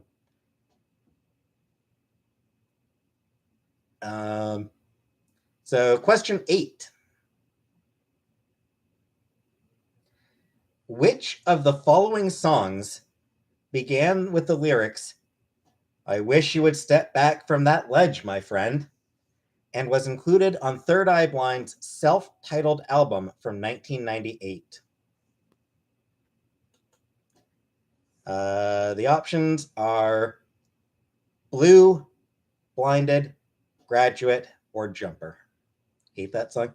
I've never listened to Third Eye Blind. Like, I do not like Third Eye Blind. They just are not my thing. Third Eye Blind is not something that I enjoy. So I've never heard this song. I'll admit, I've never heard that song.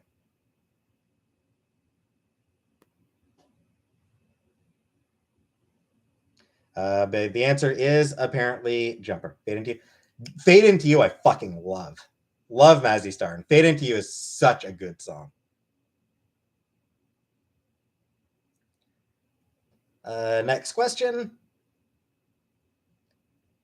Next question is very much a who gives a shit, but Fade Into You. Yeah, Fade Into You is a great song. On their 1997 debut album, $3 Bill Y'all, Limp Bizkit, like anyone fucking cares, performed a cover of which number one George Michael song? Limp Bizkit did a cover of which George Michael song?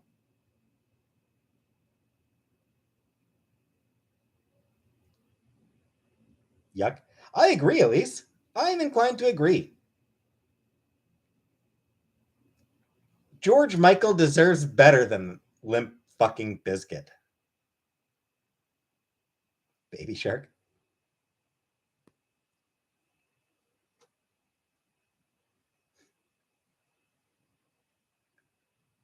I love Limp Bizkit. Why? How? How can you like Limp Bizkit? They suck. Such a terrible band.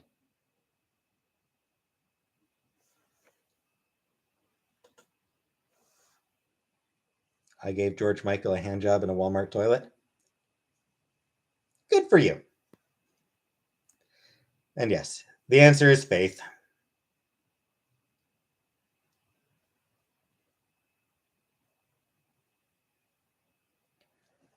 And final question in this category. Final question in this category. Before releasing her debut album in 1999, Christina Aguilera sang the theme song for the 1998 animated movie Mulan. What was the name of that song?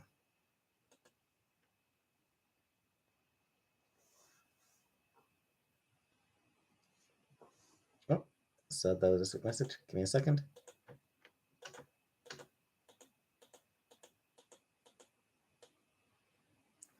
I don't see anything, Sofa.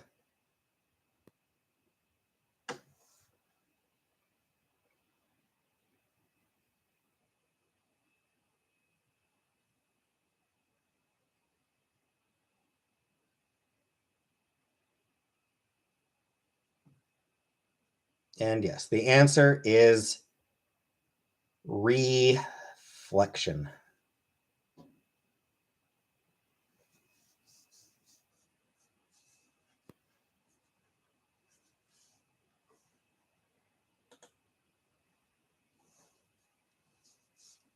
Do you think I'd be a good game show host? I don't know. Maybe.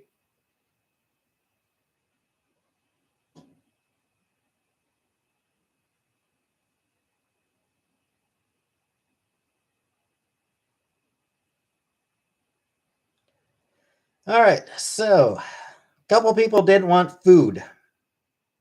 Hey, salad. A couple people did want a food category.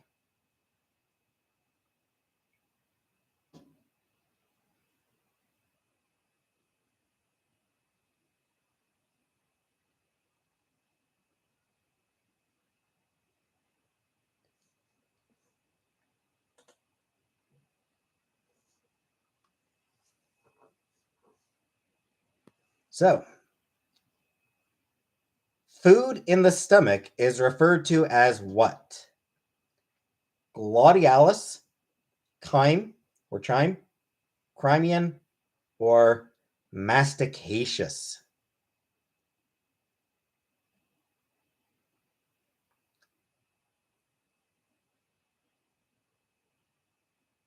Food in the stomach is referred to as gladiolus, chyme, Crimean, or masticaceous.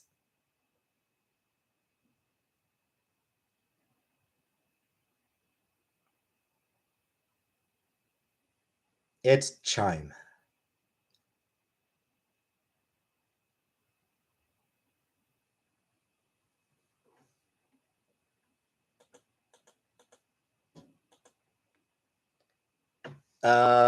What was the first U.S. city to put fluoride in the drinking water? Detroit, Michigan, Loma Linda, California, Grand Rapids, Michigan, or Cedar Falls, Iowa?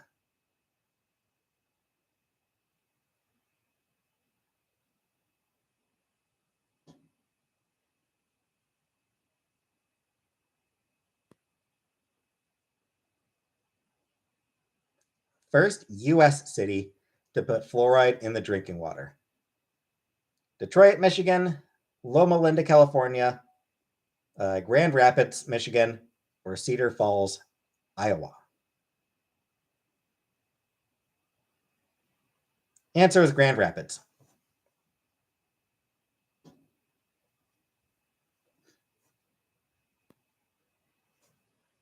What male singer that recorded a cover of Putting on the Ritz in 1982 shares the same name as a food dish? Taco, burrito, lasagna, or omelet?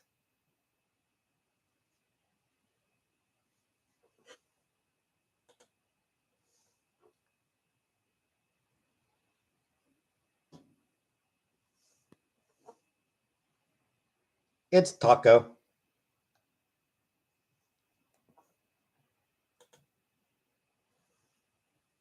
What is the main ingredient in the dish colonial goose? Goose, turkey, kangaroo, or mutton?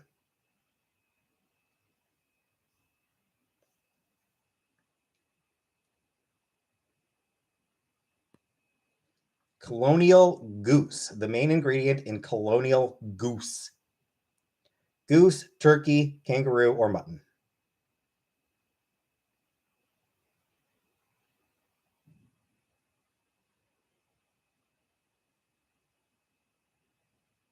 Apparently, it is a dish that was popular. It used to be popular in Australia and New Zealand. And yeah, mutton.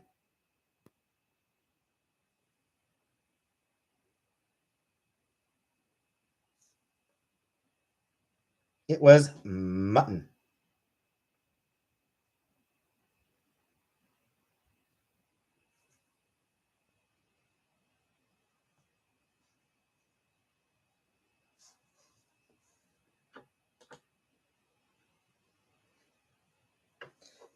The hell is a mutton? Uh, it's um, it's like sheep. It is delicious and impossible to buy now. Can imagine. In The Owl and the Pussycat Went to Sea, what food stuff did they take with them? Happy Meals, honey, peanut butter and jelly sandwiches, or Doritos?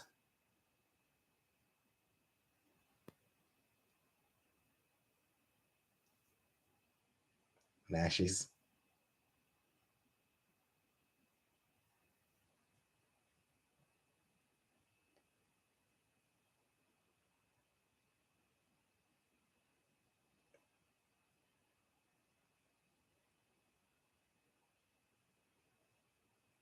It's honey. Answer is honey.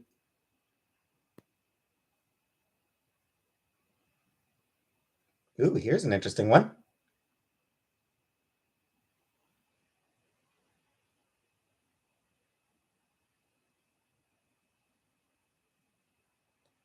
Manuka, to be specific. If you say so.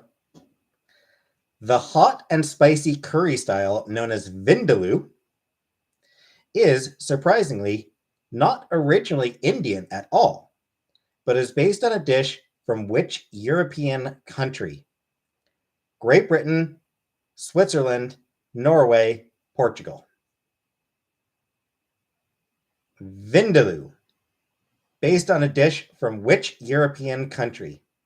Great Britain, Switzerland, Norway, or Portugal?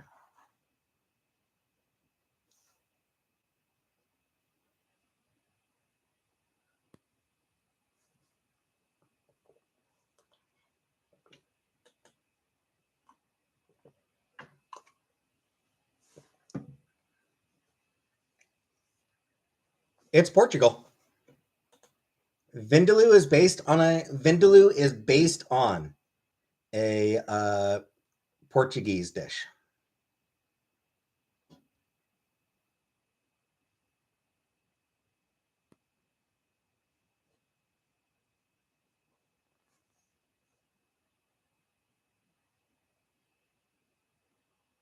Portugal isn't real.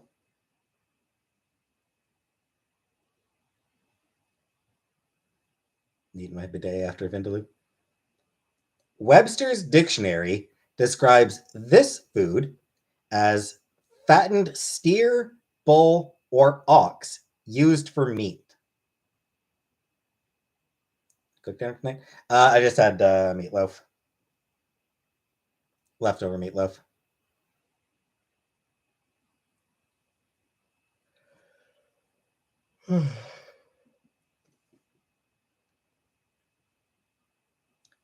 Fattened steer, bull, or ox used for meat. The options are beef, venison, steak, or fowl. Beef, venison, steak, or fowl. Fattened steer, bull, or ox used for meat. Beef, venison, steak, fowl.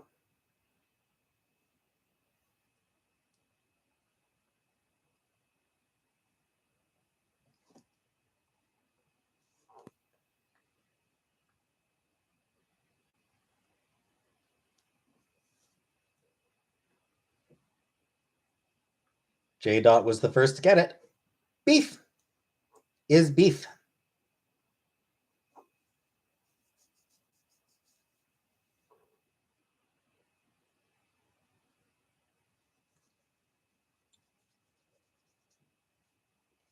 It's what's for dinner. It's what I had for dinner. Meatloaf with ground beef. What dish consisting of paper-thin slices of raw beef fillet seasoned with a light vinaigrette derives its name from a Venetian Renaissance painter?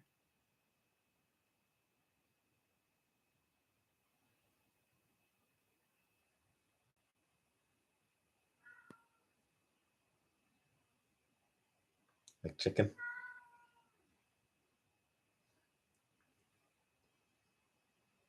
Paper-thin slices of raw beef fillet seasoned with a light vinaigrette derives its name from a Venetian Renaissance painter.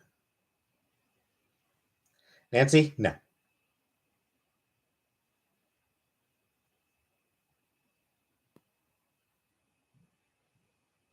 It was, of course, carpaccio.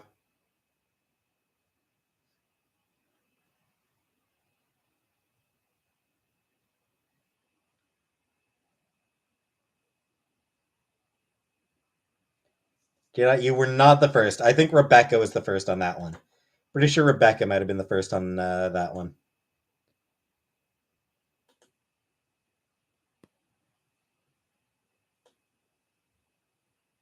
Yeah. Oh. Oh, for the one before. For the beef one, J. Dot, you were the first. For the Carpaccio one, no. All right. Next one. What is the main spice in the Spanish dish paella? Ginger, turmeric, saffron, cumin.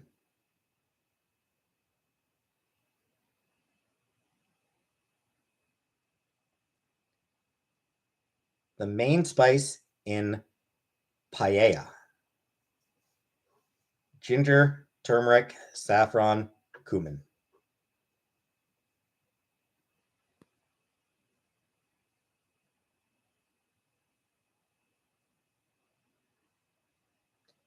I'm just mad about saffron. Saffron's mad about me. But yes, saffron.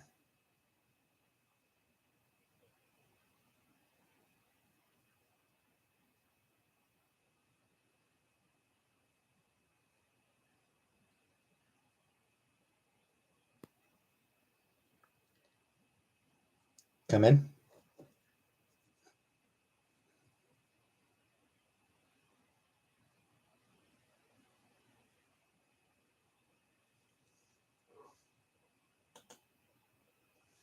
They call me Mellow Yellow.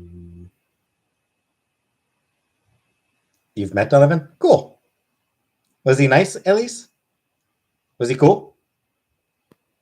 Was he mellow?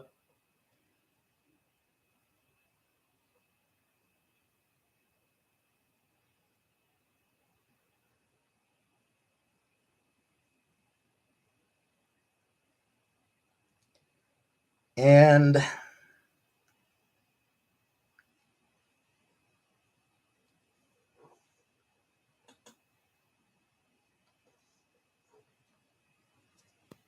Lovely, charming, and really caring. Nice. Good to hear. Final food question.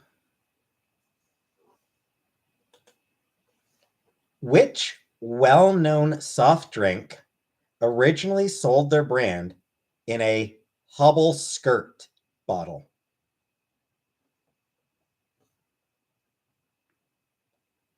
Which well-known soft drink originally sold their brand in a Hubble skirt bottle?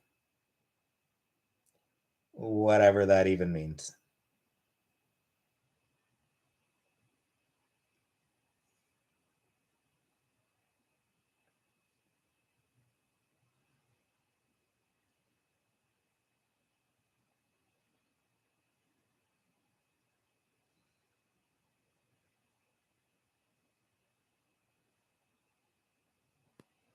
It was Coke.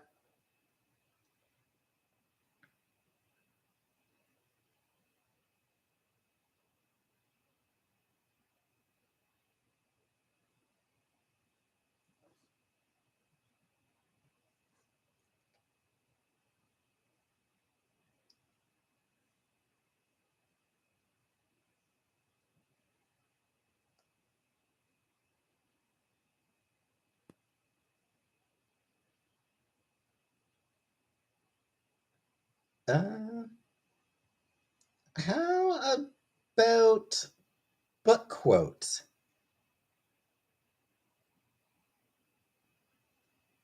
How about a category on book quotes? Not sure. Some of these I'm not sure if anyone will get.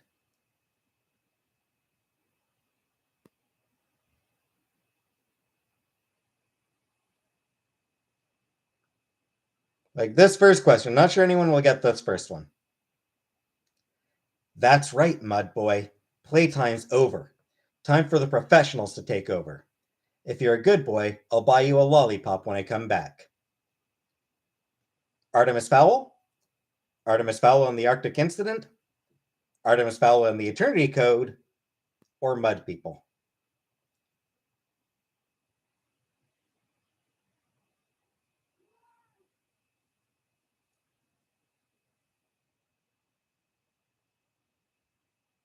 So, yeah. The quote, hey, Google user. The quote, once again. That's right, mud boy. Playtime's over. Time for the professionals to take over. If you're a good boy, I'll buy you a lollipop when I come back. Is that quote from Artemis Fowl, Artemis Fowl and the Arctic Incident, Artemis Fowl and the Eternity Code, or Mud People?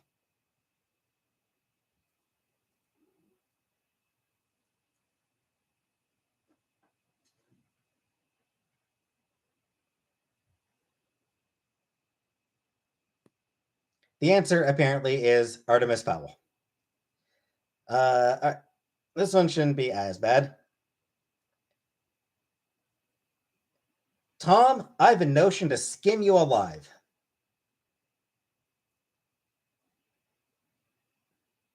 Tom, I've a notion to skin you alive. Is that quote from To Kill a Mockingbird, Treasure Island, The Adventures of Tom Sawyer, or The Adventures of Huckleberry Finn?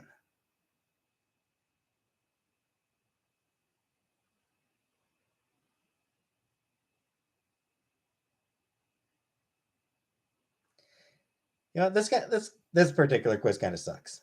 Let's see if I can find a better.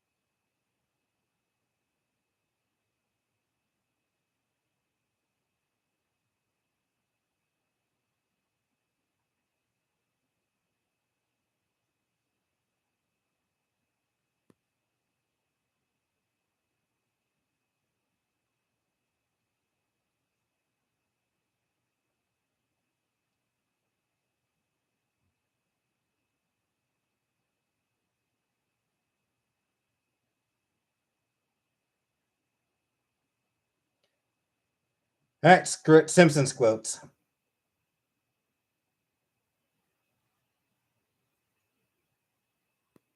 Simpsons quotes.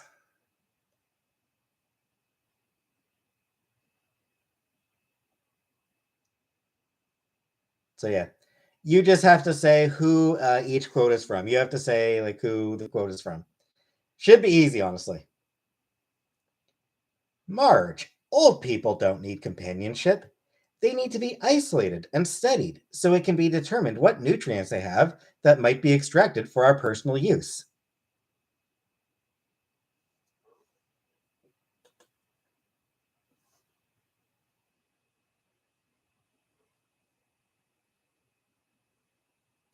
Obviously, Homer.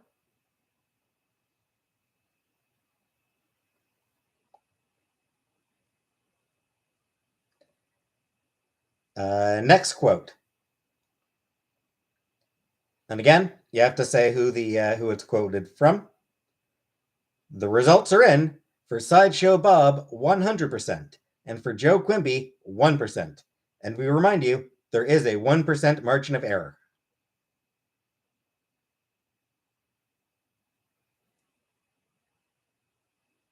News guy.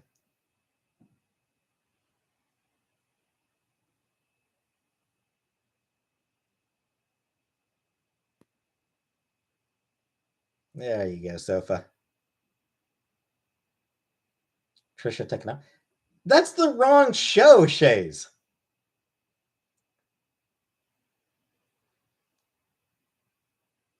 Anyway, yes, Kent Brockman.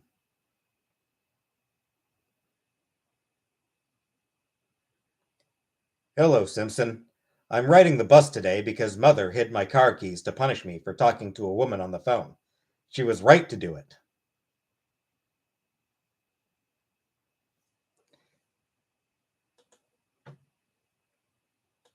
Sorry, Mix. Yes, you did say Brockman. Yes.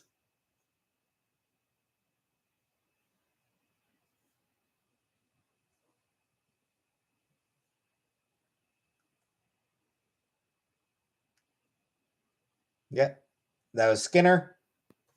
That one came from the Treehouse of Horror episode. The Treehouse of Horror one that was a parody of the Gremlin on the plane. What was it?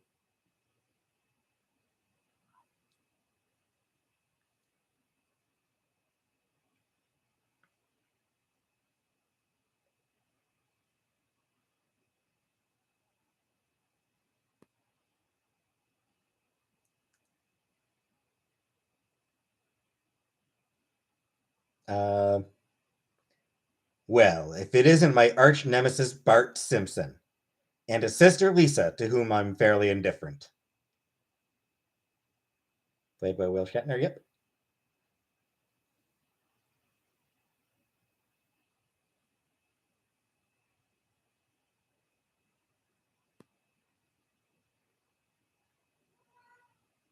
Yep. Sideshow Bob.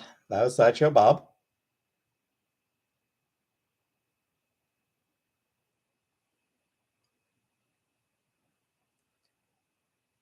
You may remember me from such self help tapes as Smoke Yourself Thin and Get Some Confidence, Stupid.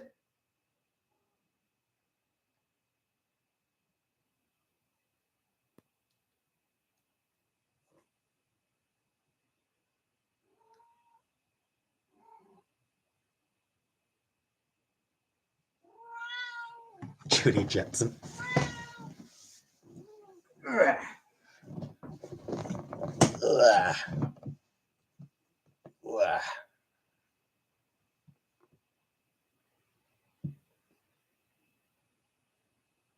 And yes, Troy McClure.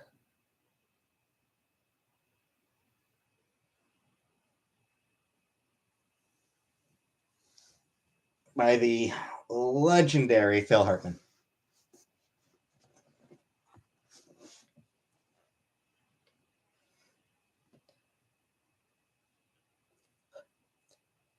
Business is slow. People today are healthier and drinking less. You know, if it wasn't for the junior high school next door, no one would even use the cigarette machine.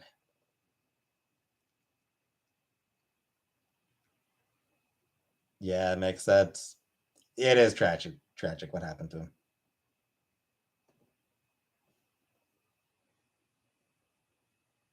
Mo. Mo. Mo. It was the Flaming Moe's episode, in fact. Had a weird crush on Mo. He is a weird one to have a crush on. Moe's Bar at Universal Studios. I can believe it.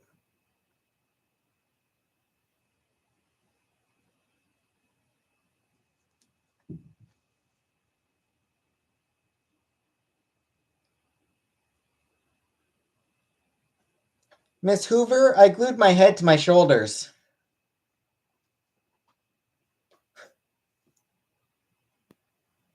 Can order a Flaming Moe.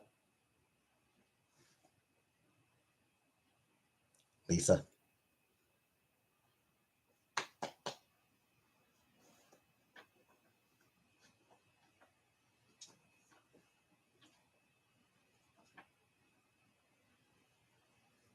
And yeah, Ralph Wiggum.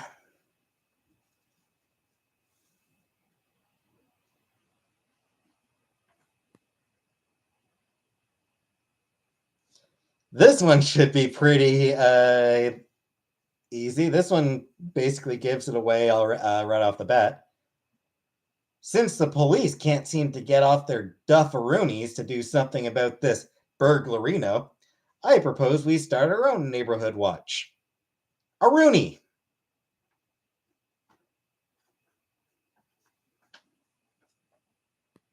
Miss Hoover, the worm crawled into my mouth and I ate it.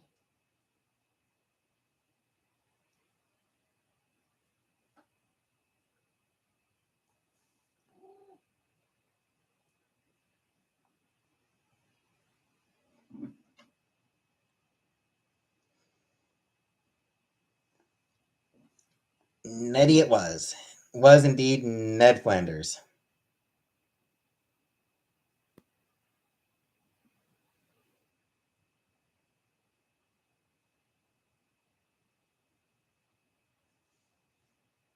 Early seasons. Various. Um, I think the yeah, that one Homer the Vigilante, that one I think was sort of 9th, 10th, 11th. 35 years in show business and already nobody remembers me. Just like what's his name? And who's it's? And that guy who always wore a shirt.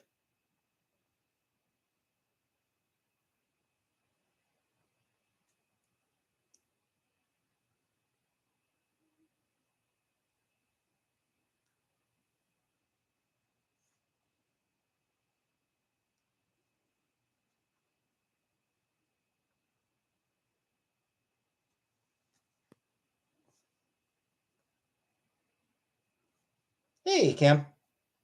Yes, Krusty the Clown. That was Krusty. And final Simpsons quote. Yes, final quote Simpsons quote, Habibi, and then we'll move on to another trivia, another category. X-Men trivia next. I'm on a road. Looks to be asphalt. Oh, geez. Trees, shrubs. I'm directly under the Earth's sun now.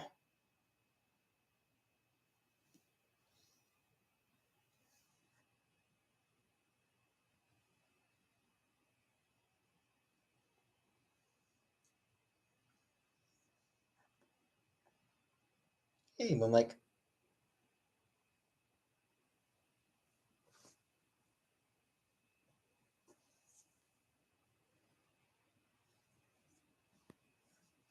No one's gotten this one yet.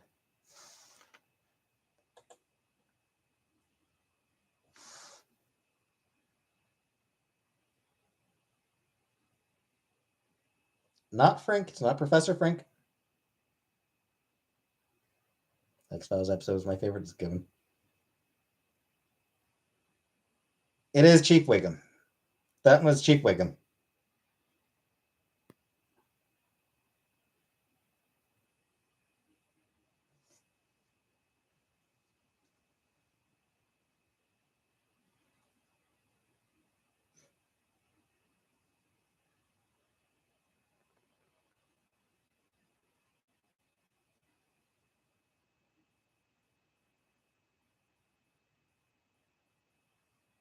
I bring you love. Clancy.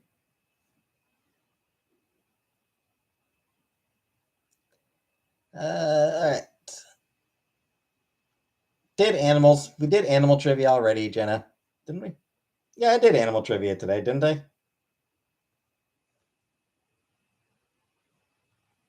Or did I not do animal trivia today? I didn't do animal trivia. Um,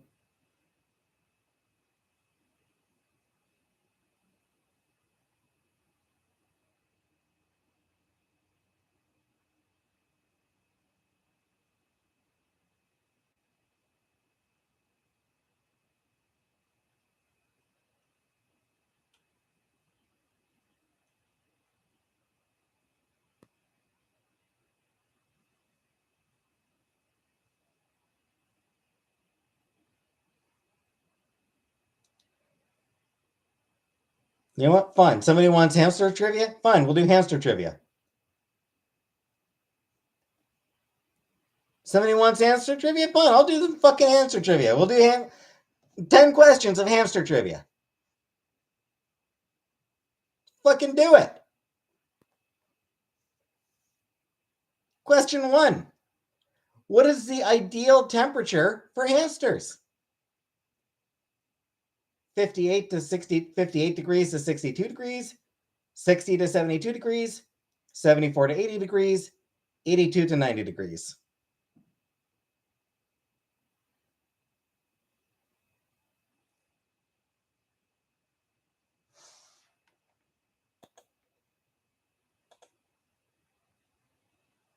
$3.50 for an hour.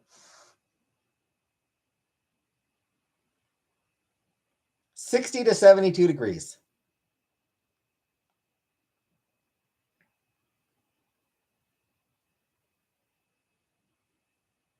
Where is the best place for a hamster's cage? On the floor, in the bathtub, on top of a tall bookcase, table height.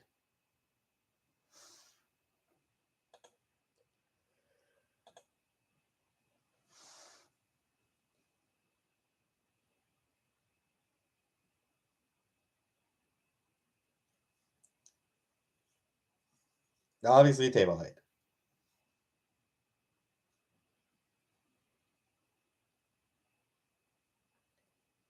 Should a hamster's cage be placed where there is a lot of light?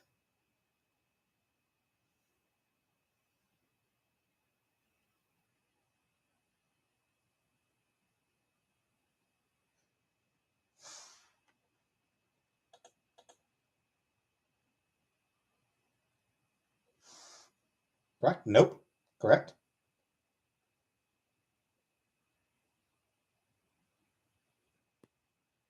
Which of the following should you not do? Which of the following should you not do? Reach for the hamster gently when picking it up. Give it a dark resting place. Respect the animal's resting times. Start playing with your hamster as soon as you bring it home.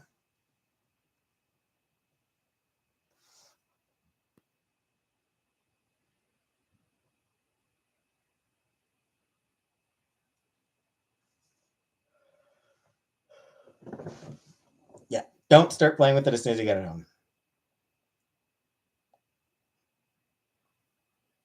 Is it okay to pick up a hamster by the scruff of its neck?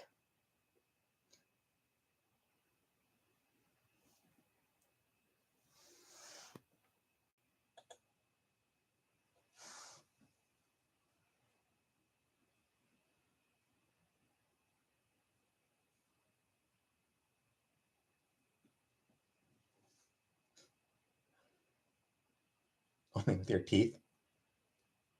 Only use tongs? Answer is no. How long can you expect your pet hamster to live? Around 10 years? Around 5 years? Less than 6 months? Between 1 and 2 years?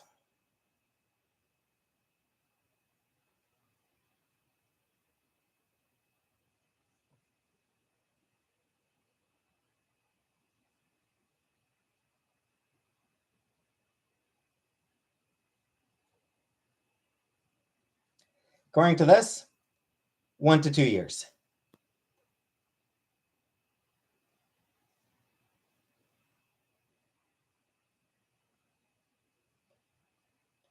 True or false? Changing the soiled bedding of a hamster's cage should be done once every 2 weeks. True or false?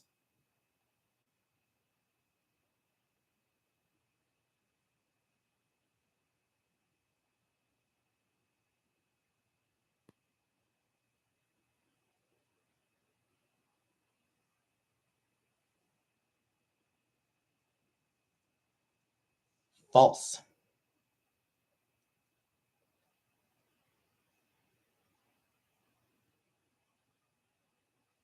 Just throw it all out, including the hamster. Can you go away for a day, leaving your hamster alone? Yes or no?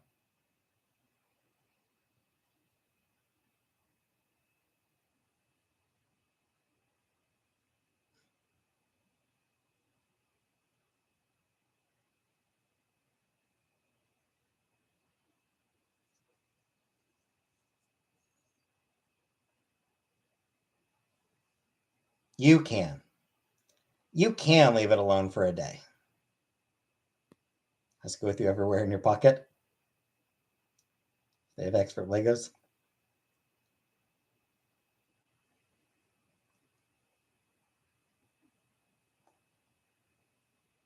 Oranges, there's no real way to know who gifted it to you, unfortunately.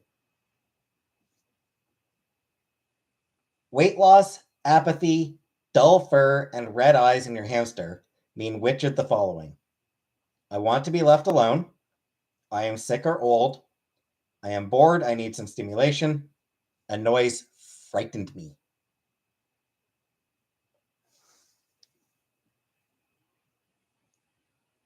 It's a vampire.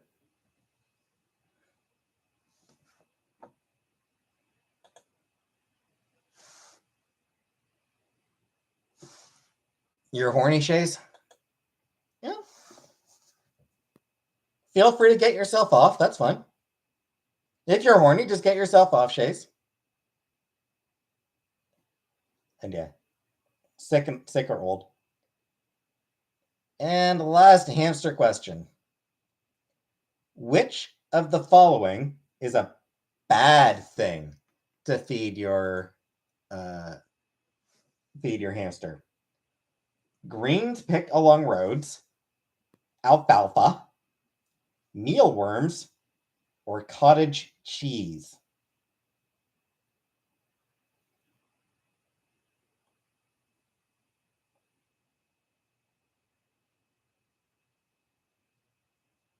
Which is a bad thing to feed your hamster? Greens picked along roads, alfalfa, mealworms, or cottage cheese?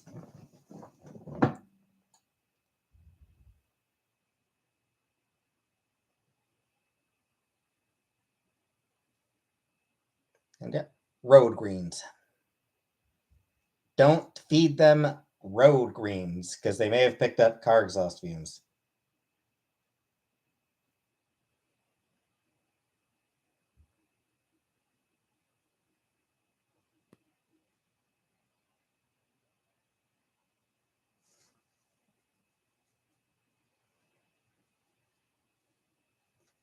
Hot dogs are okay for everyone. Yep.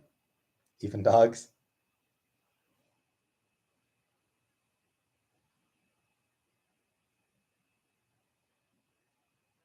X-Men trivia. All right, I can do X-Men.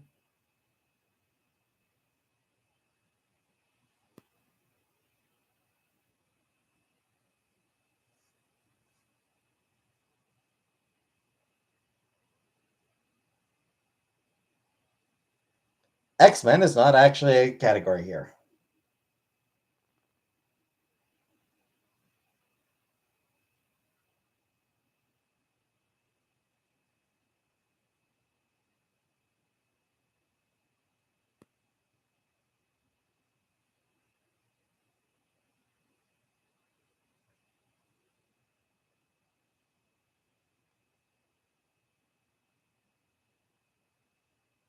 Give me a second.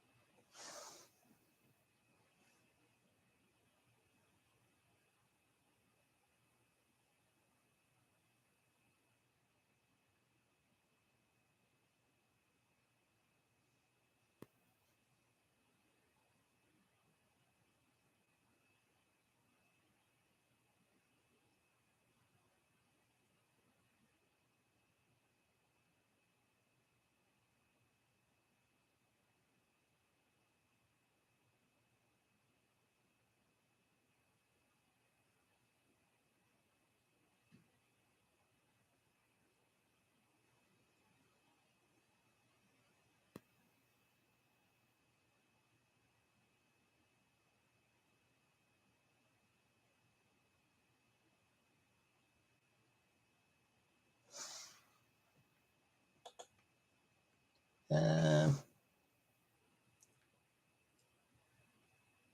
right. Here's an X-Men trivia quiz. What metal alloy has Wolverine's skeleton been reinforced with?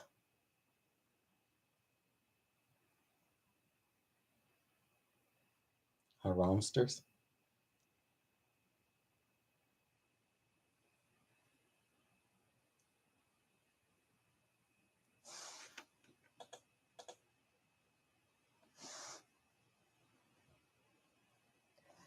Adamantium, but here's a bonus trivia question. In what comic book did Adamantium debut? Not necessarily a specific issue, but in what comic series did Adamantium first appear? Curious if anyone knows.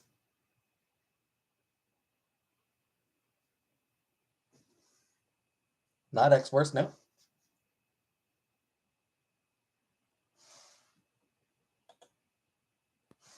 Who fucking cares? Nerds do, Wabbit! Nerds! It was not X-Force, no. Not New Mutants. Avengers. Adamantium actually first appeared in an Avengers comic.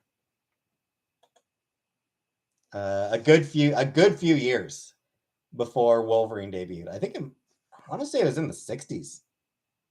I want to say it was actually in the 60s that Adamantium first appeared.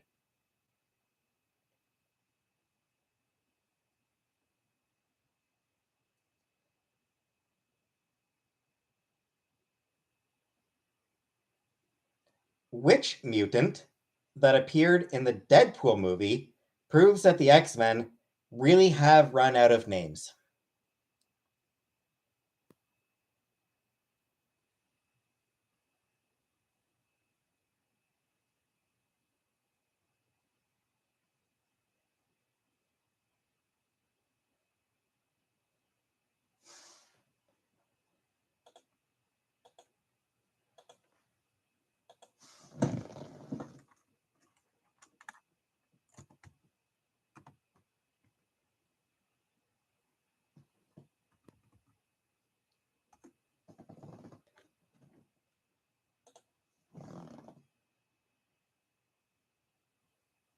She's so hot.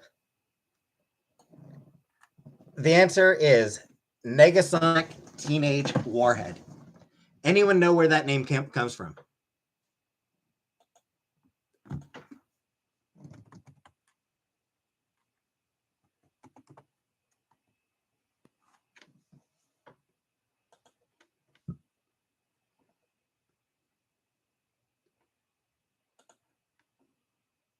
Sleater Kinney? No. No, it is a song. It's a song by the band called Monster Magnet.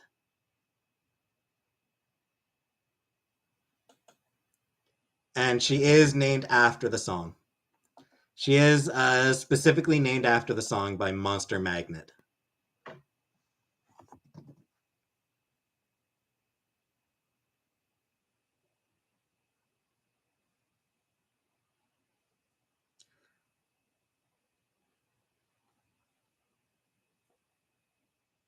This question is no longer correct.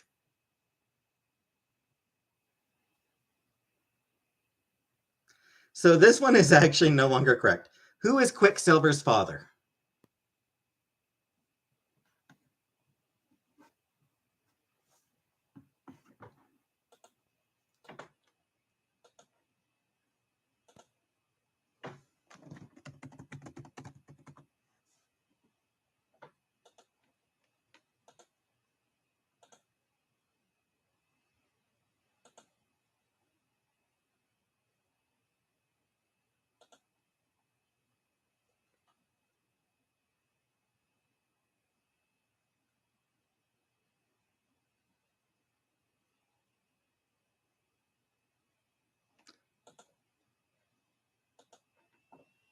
Yeah, obviously, like the answer that they have on here is Magneto, because for a long time, Magneto was Quicksilver's father. Not anymore. That was retconned. So we actually don't know. We actually don't know who Quicksilver's biological father is anymore.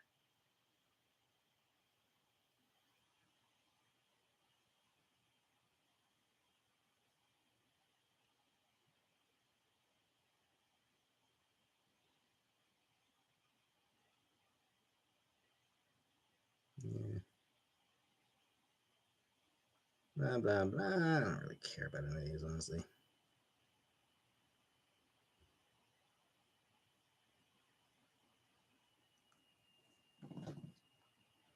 Which mutant time travels in the comic version of X-Men Days of Future Past? So yeah, in the original comics, in the original comic story of Days of Future Past, uh, who was the one who did it? Who time traveled?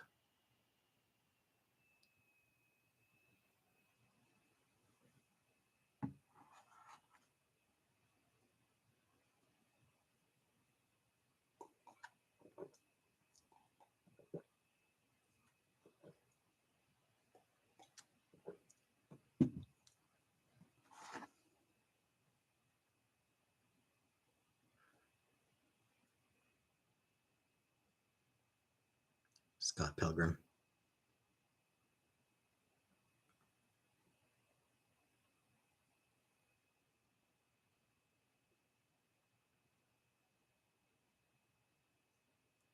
Yeah. In the comic story, it's Kitty Pryde who goes back in time.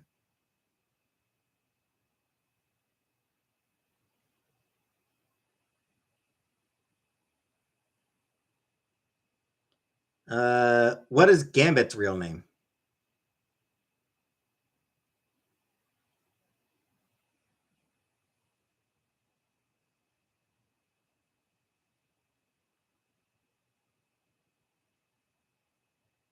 Gammy Bitman. If he was created in the 70s, that would have been his name, Cam Neon.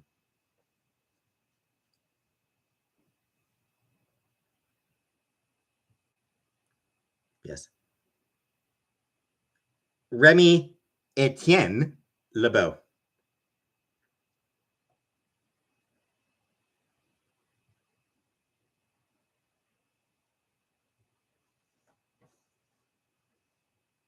Gambit's a cool name. Two brothers. What are their names?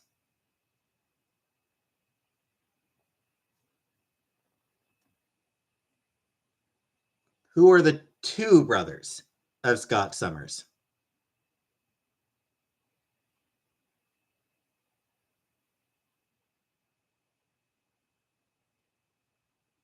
AKA Cyclops. So yeah, Cyclops' two brothers.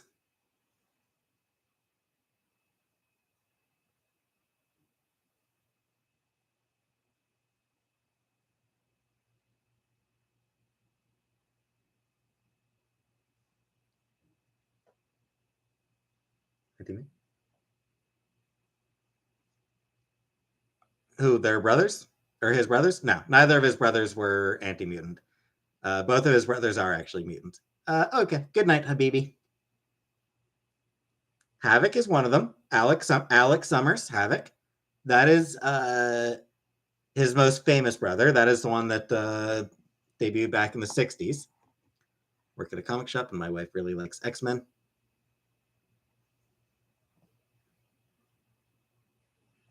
That's cool, Mix. Well then, Mix, do you remember Scott? Do you remember the other Summers brother?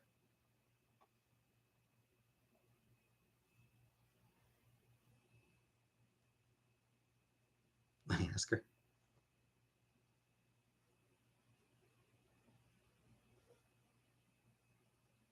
Do you remember the 21st night of September?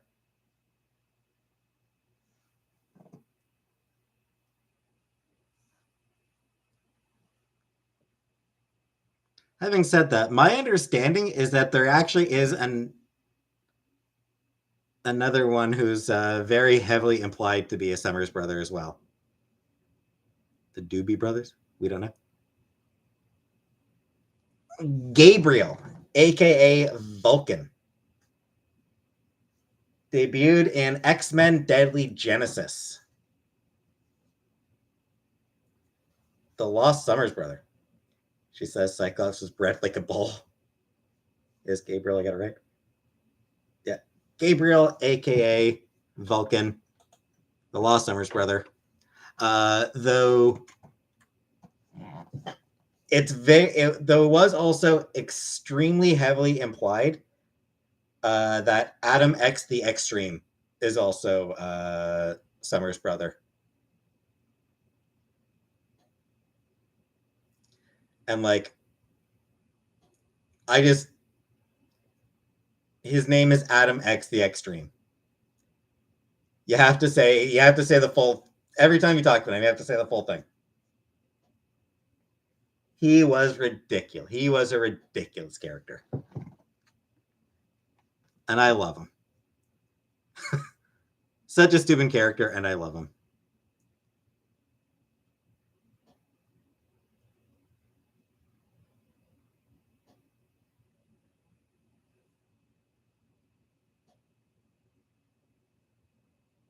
Awful character. Who, Adam X the Extreme cameo? He is an awful character, and that's part of the appeal.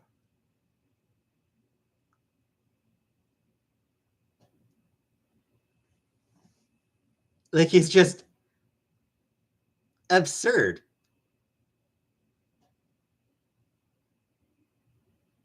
Yeah, this is a good one. This one isn't actually specific to the X-Men. But what prize did Marvel Comics start sending to fans who reported mistakes in their comics? Later got changed to be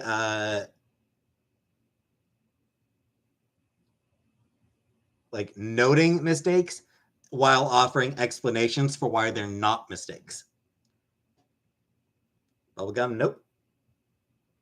Magnifying glass, nope. Nobel Prize, nope. Yeah, something Marvel used to do back heavily in the 60s and into the 70s. Stickers, posters, nope. Not a Nobel Prize, no. Not X-ray glasses.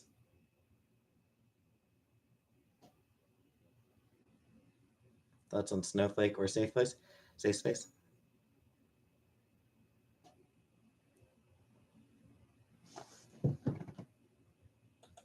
The answer. What Marvel used to send out to people who would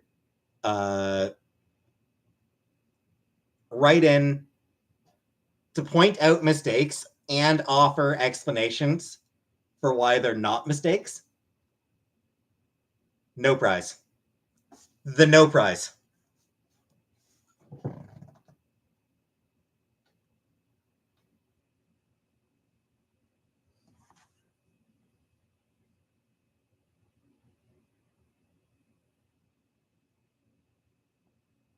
Give me a second to. Oh, good night, Leo Queen.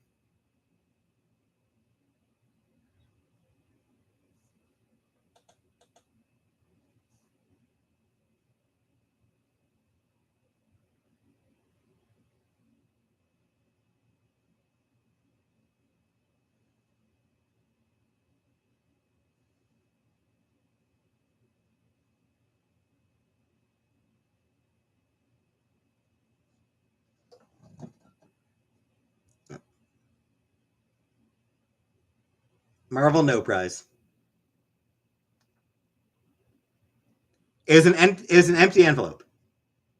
This envelope contains a genuine Marvel Comics no prize, which you have just won. It was an empty envelope that just yeah.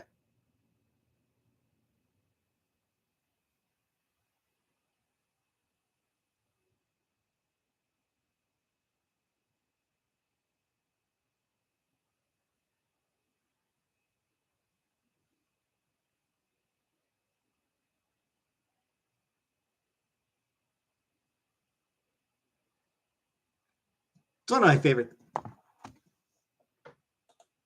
Not really mixed. I mean, you got to remember this started in the '60s. Like this is something they did in the '60s. Um, Marvel was not exactly a superpower. It was not exactly a publishing power at the time. Um,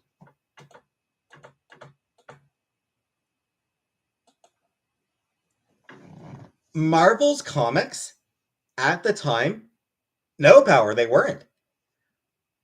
Marvel at the time was distributed by DC. No, it's not. It's not. Like it's. It was fun. It was all in fun mix because like a big part of Marvel's appeal back then was that they were the fun publisher compared to DC. DC was still being kind of old fashioned. Marvel was like young and hip and like fun. And again, like they had no money. Like they were published, like they were distributed by their own competitor. Marvel was literally being distributed by its own competitor, which actually meant that they were limited to a certain number of comics that they could publish each month. Um, they didn't have much money at the time, Power. So what happened was, yeah, I mean, like Marvel really pushed itself as being um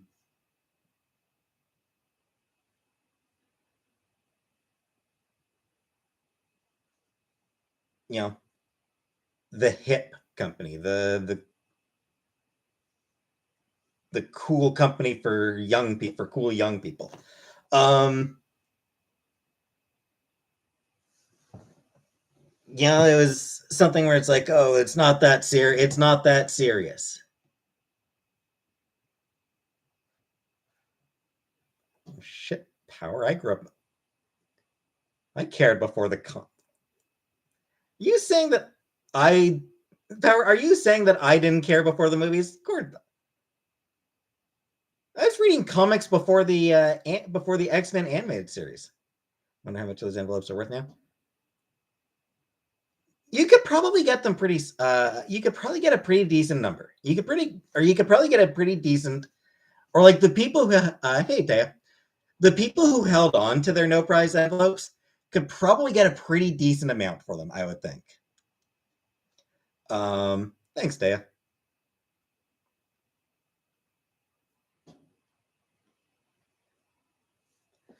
And like,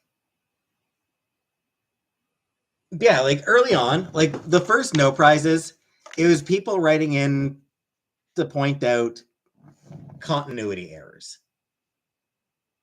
And, Marvel, I mean, shit. What DC did at the time was just tell you to fuck off. like back in those days, if you wrote into DC to point out a continuity error, you would just get insulted.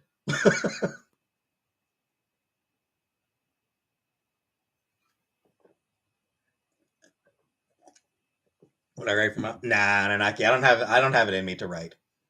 Like, I do not have writing capability. No, Mix. It was fun. It was joking. It was inviting that reader into the joke. Like, it was inviting that reader into the joke.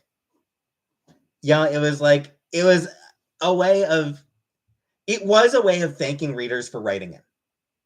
Like, it was a way of thanking people for writing in. And the thing is, people competed for no prizes. Like, people fucking loved no prizes. They would beg for no prizes because it was fun. It was funny.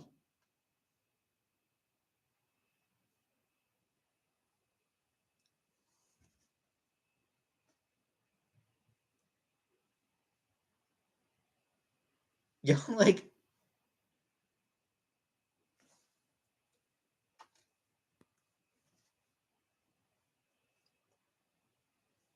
several of my prompts have made it into DC Marvel. Propose a plot and it might happen. Cam? No. You're not supposed to do that. Like, literally, anyone who works in comics will straight up tell you they do not accept unsolicited ideas. They don't. Like, they will tell you, do not tell me your ideas. You know, writers will say, do not tell me your ideas. Editors will say, do not tell me your ideas. They can't. They can't accept unsolicited prompts. Because at that point, because that opens them up to the possibility of a lawsuit over it.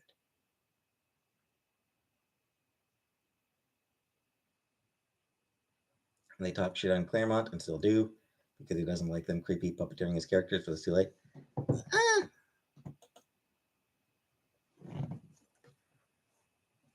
I mean, that is maybe a little bit different, Cam. Shannon Wheeler.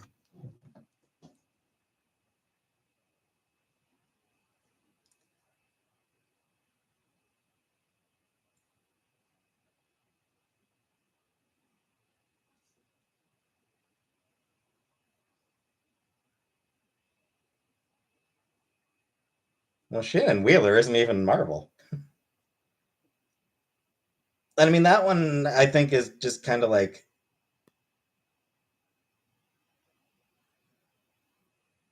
I mean, I think that one's a little bit different, Cam. And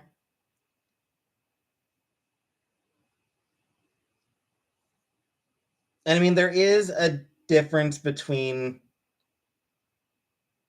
talking with friends.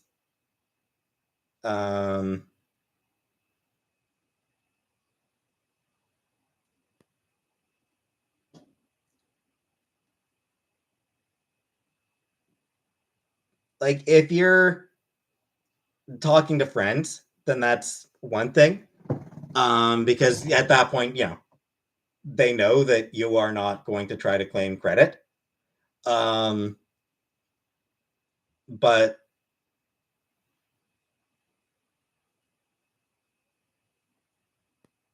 you know, like,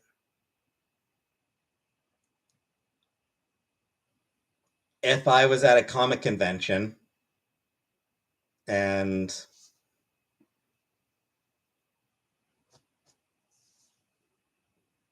you know,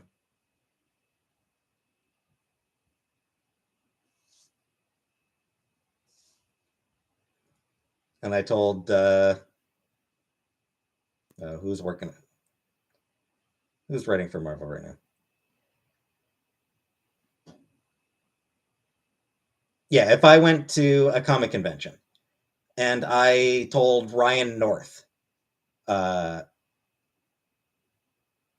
an idea I had for a Fantastic Four story, Ryan North would have to tell me, stop, do not tell me your story idea. I literally cannot use it.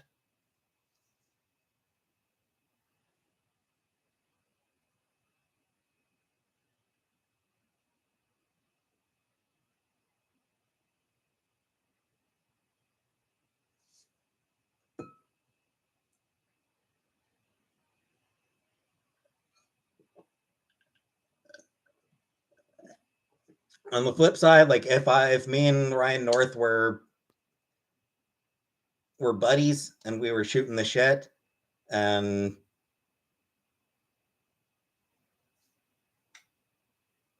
I brought up an idea I had, and I brought up like a point about Fantastic Four, and he sort of played off it a bit. That'd be a little bit different, but yeah, they don't. Writers and editors, they do not accept unsolicited uh, pitches and prompts ever, ever.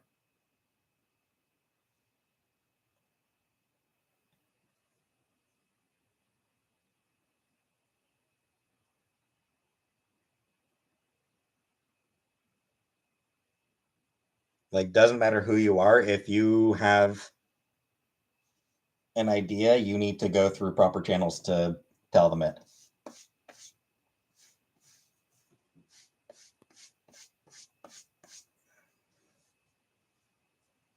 Cam, I have seen way too many writers actually like just straight up say, "Do not give me your ideas."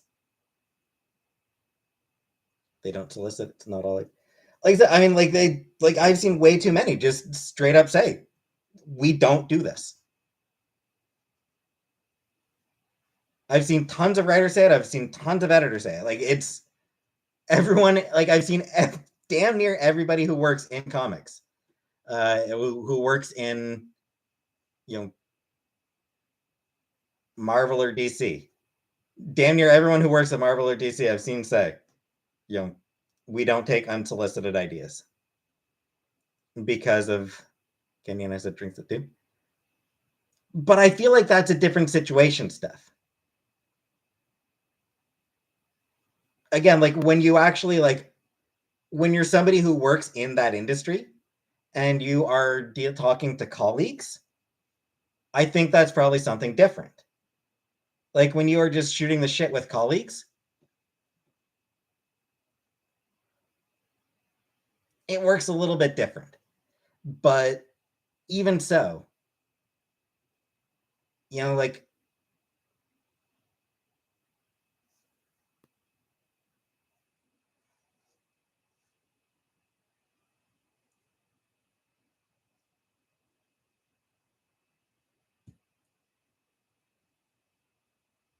I'm pretty sure if George R. Martin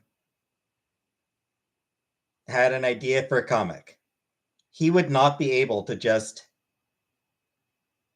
call up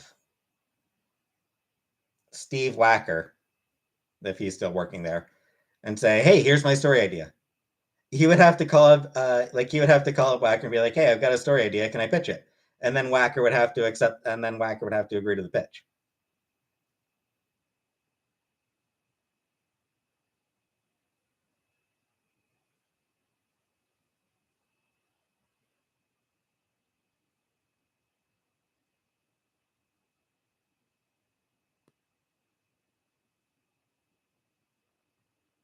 Does Stephen Wacker still work at Marvel?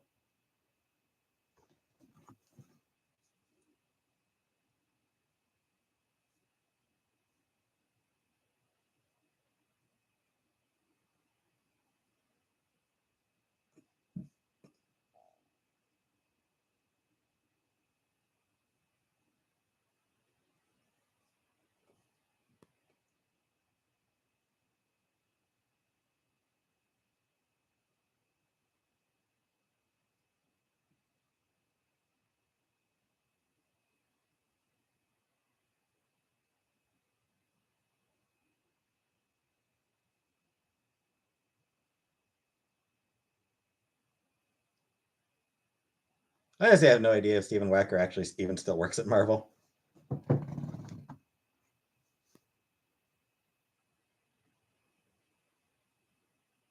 Hey, Zombie Queen.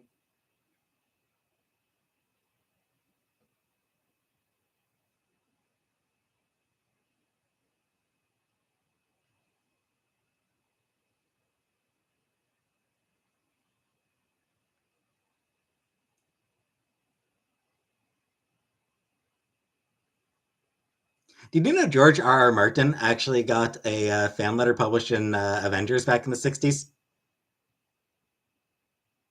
I mean, the kids went, we're doing okay. George R. R. Martin is a Marvel fan from way back in the day, way back in the 60s. Like, as a young man, he had a letter published. As a young man, he had a letter published in an issue of Avengers.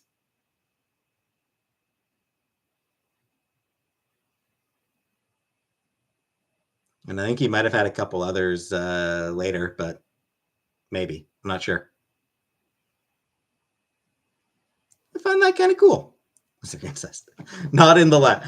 I don't believe that. I don't believe that his fan letter included incest, Cam. I think he was writing in about Wonder Man.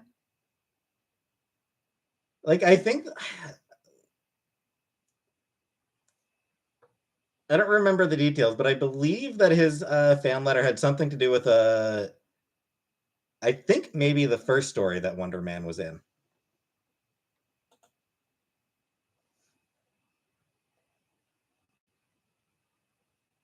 Yeah, like I remember reading through old Avengers comics because I got like a DVD one year of like complete collection of Avengers up until that point. It was like 2005, I think, maybe 2004, like right up until like early New Avengers run, early Bendis New Avengers. So yeah, it was like from Avengers #1 in 1963 all the way to early New Avengers and their Bendis in 2005, I think 2004, 2005. Um, and yeah, so I was reading through old Avengers comics, and it included letters, like the letters that were printed in those comics. So like I, you know, curious to see what people were talking about back then, what the readers were talking about back then, and like reading through the letters, fan letters, and fucking G.R.R. Martin. Like, no, that can't be him, right? Or it's like George Martin, and it's like, no, that can't be the same George Martin, right? And then I looked it up, and nope, it is. Yep, it is. It's just one of those funny things. Is like,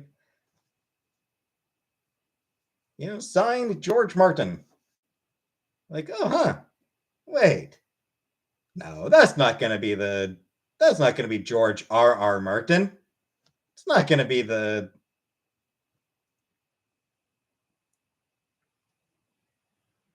megastar author George Martin.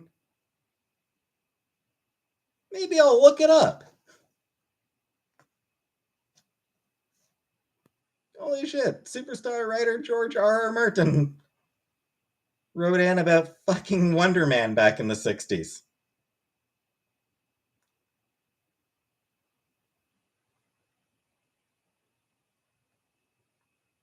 I feel like there are a couple other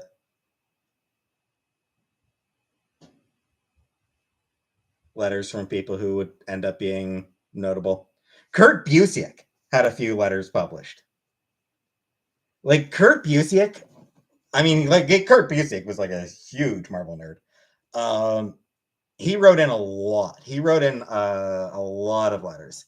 So he had quite a few letters published well before he actually started writing comics himself. Yeah, just scroll. Not for much longer. I won't be live for much longer. I'll be ending it soon.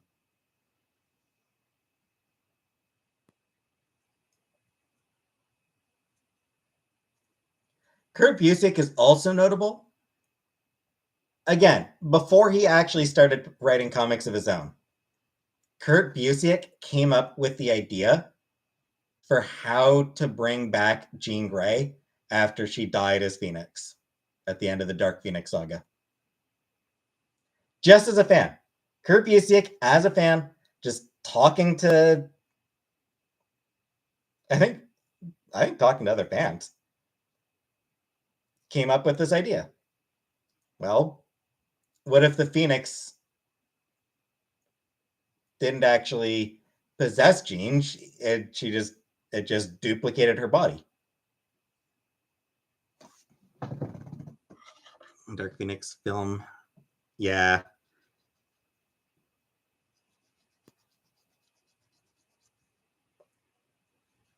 Here's the problem with Dark Phoenix as a movie. You need buildup.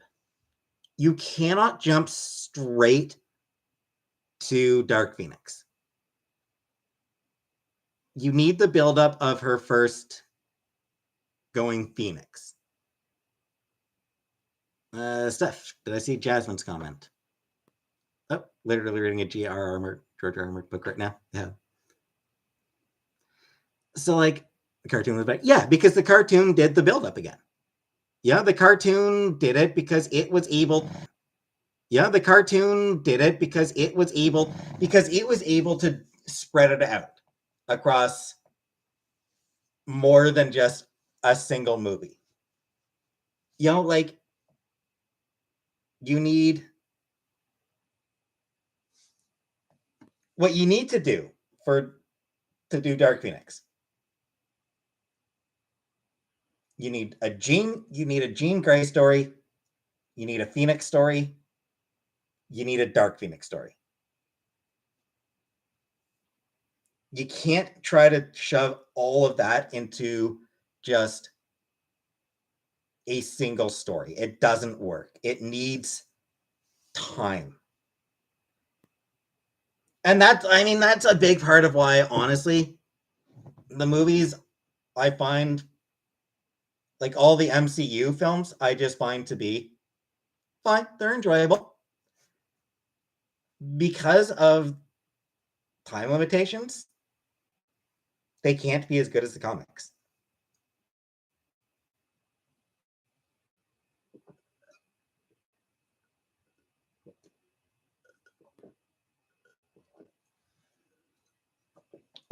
Like, for all that Captain America Civil War, for all that it got, for all the praise that one got, it was like,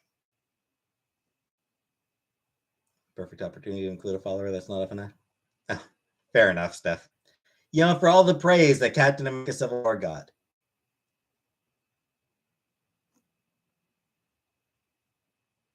it still lacked sufficient emotional buildup. You know, like, you get that scene where Steve says that Bucky's his friend, and Tony's like, so was I. It's like, were you friends? Were you friends or were you work colleagues? Because it feels like they were work colleagues. You know, the first Avengers film, they kind of didn't really get along very well. In Age of Ultron, they kind of still didn't really seem to get along very well. Were they, like, so seeing their friendship get ruptured?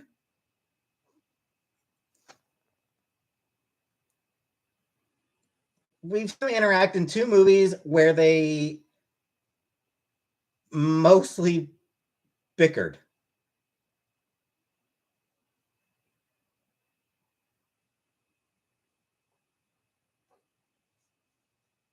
Hard to really feel, yeah, hard to really feel that they,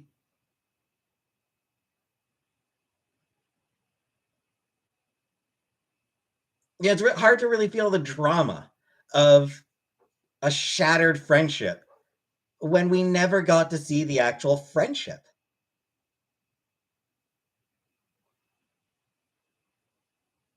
the romance between Scarlet Witch and Vision happened almost entirely off screen. So, like,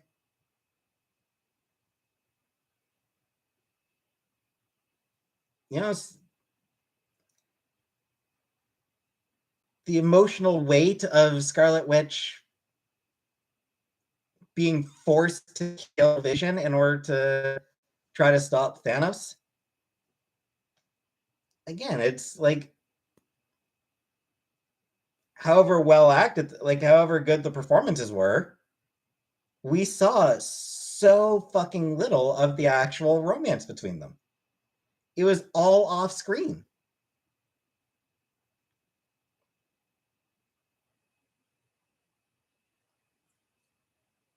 And so, yeah, it's one of those things where I will, like, I can't find I was never able to find the MCU movies to be amazing, incredible, life-changing, because it's all, because all of the actual,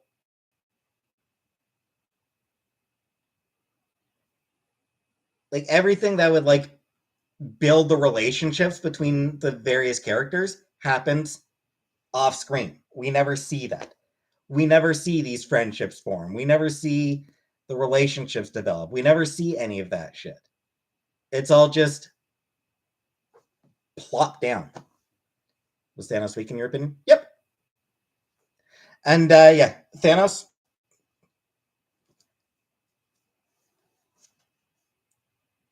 Movie Thanos was objectively weaker than comic book Thanos, but whatever. Power levels or whatever. I don't give a shit.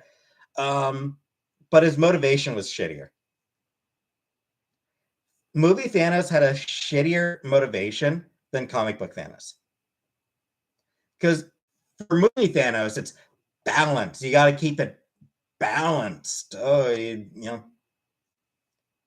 population gets too high and resources get stretched too thin. Which, first of all, not really. That's actually not really entirely accurate. Um, it's less a matter of lack of resources. The problem isn't lack of resources. The problem is that resources are not distributed well, which killing half the population isn't going to solve distribution issues. That's not going to actually fix the actual problem. People aren't hungry because there's too little food. People are hungry because the food that exists is not being given to them because there's no profit in it. And beyond that, killing half the population is something that is absolutely a stopgap measure. Even if we take as true his argument that there is insufficient resources, killing half the population kicks the can down the road a couple generations. It's only going to take a few generations for the population to get back exactly where it was before. Like, there's no, like, it's, he hasn't actually, he didn't actually, his solution didn't actually solve a single fucking thing. His solution solved literally nothing. As soon as you apply the briefest amount of thought to it, as soon as you apply even the briefest amount of thought to Thanos' motivation in the movies, you realize he solved nothing. He accomplished nothing.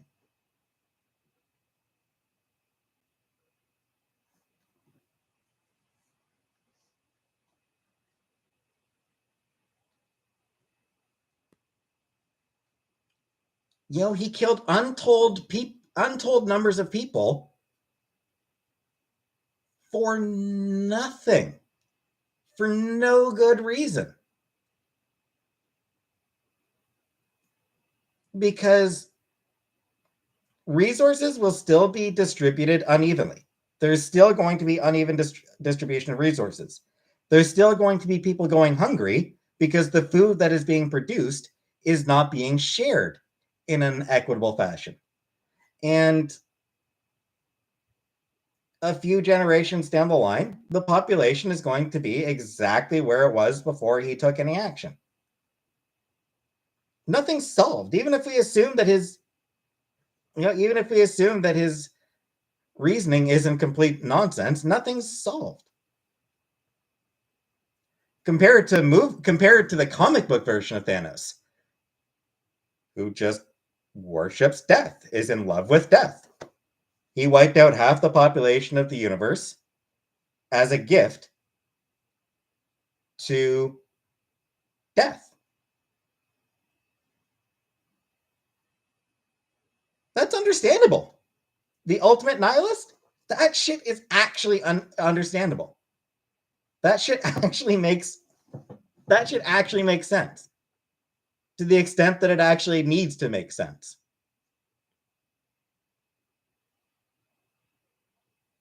Thanos is a nihilist who is kind of just crazy.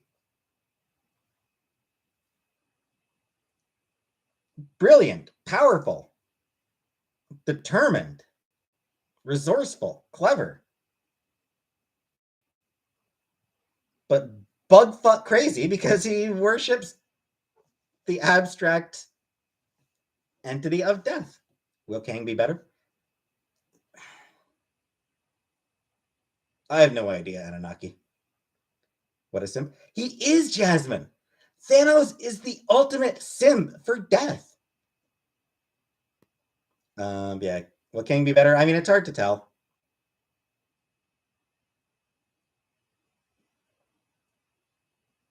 Yeah,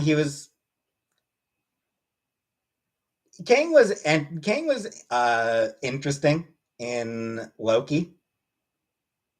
It was an interesting take on the character. Will he be? Is Death hot? Oh, she totally is Anunnaki. I mean, depends on how she's appearing. I mean, Death can appear however she chooses. So, yeah, sometimes Death is absolutely hot.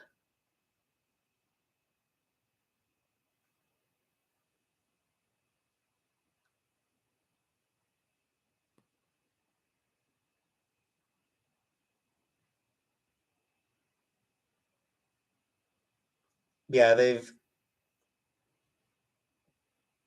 the Kang we saw in Loki was very, very, very different from the Kang of the comics.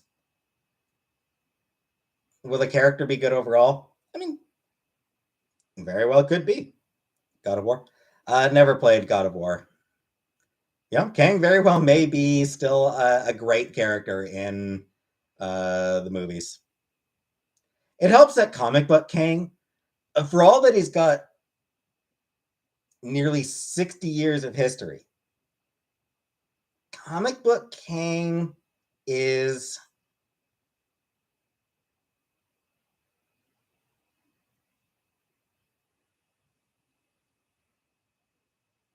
very unevenly written and honestly usually not all that complex a character.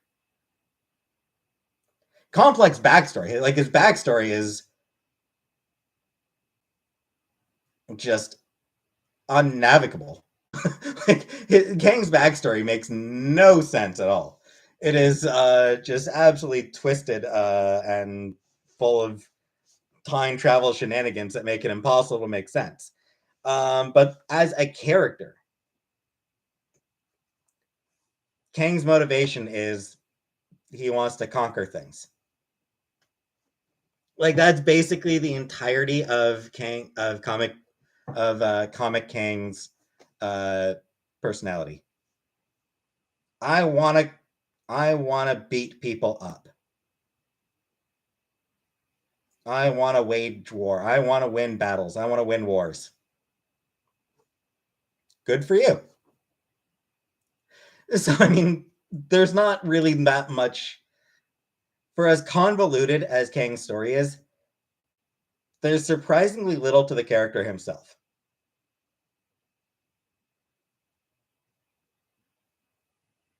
And I mean, obviously, there are some stories make him more complicated than others, but on the whole, he's honestly kind of shallow. So, honestly, the movies probably will make him better. Movie Kang very well may end up being better than comic book Kang. I wouldn't be surprised at all. The lack of, the fact that they don't have as much, that they don't really have a lot of time to build up to him, not actually as big a problem.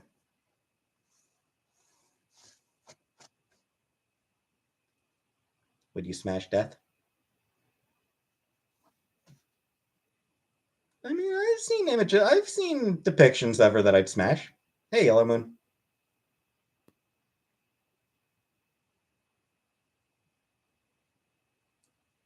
Fun fact, Deadpool has smashed Death. Deadpool is also in love with Death.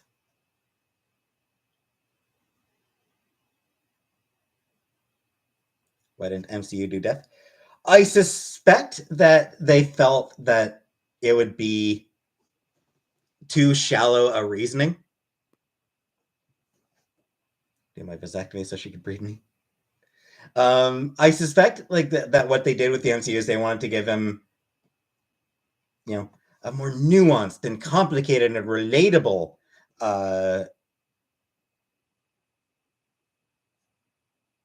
motivation. They wanted people to be able to understand Thanos. Like I think they just felt that horny for the Grim Reaper just would be,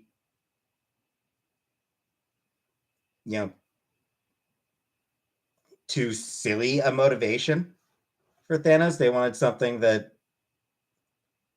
made you think, Death can retie my tubes. Horny for Death is the only correct response. Yeah. And in the end, like, they just made Thanos a much stupider character. Like, they had to make Thanos just straight up stupid in order for his motivation to work. While Thanos in the comics is legitimately one of the greatest threats out there,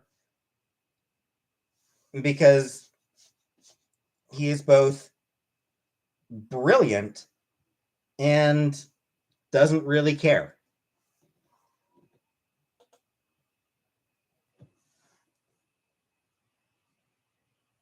Doesn't really have any motivation beyond killing.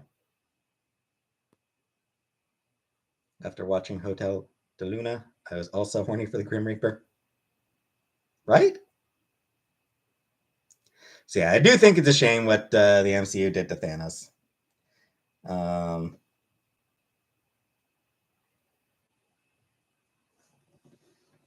They made Ultron weak as fuck. Yeah, Ultron got fucked over as well.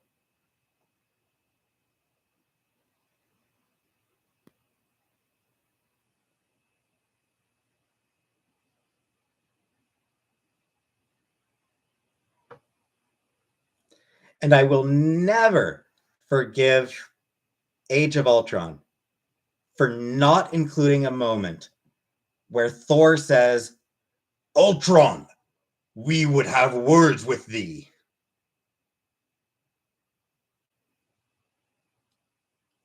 Like one of the most iconic fucking moments in Ultron's entire history. One of the most iconic moments in Avengers history. It's one of the most absolute iconic Avengers moments. And they didn't use it. Come on, guys. How could you not use that moment? How could you not include Ultron, we would have words with thee?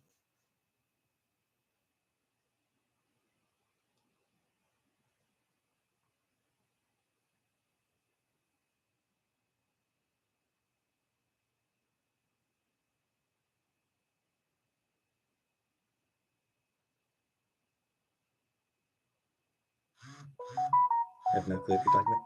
So back in the 90s, late 90s?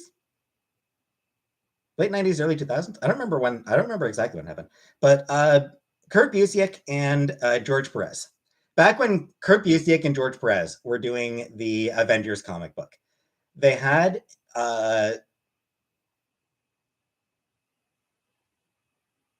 sort of like the definitive Ultron story.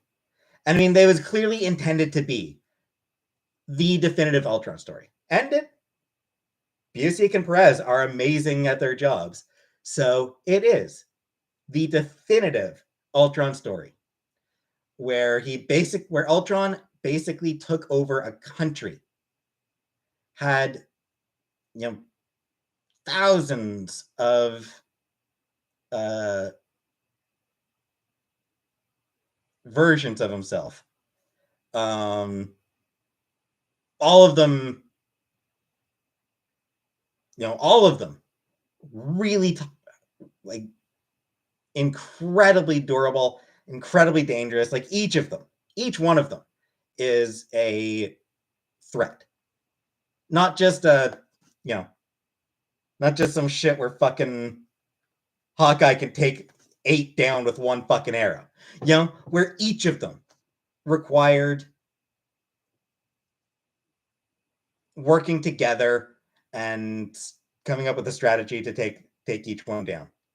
Thousands of them. So the Avengers were, sort of stuck fighting them, while Ultron was busy preparing his final plan.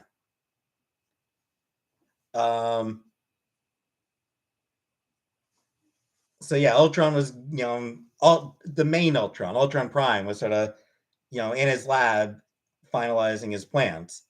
And there's a moment the Avengers finally reach him, smash through a wall, and they are fucked up. Costumes are torn and everything. They look like they've been fighting hard. And Thor just delivers this line. Ultron, we would have words with thee.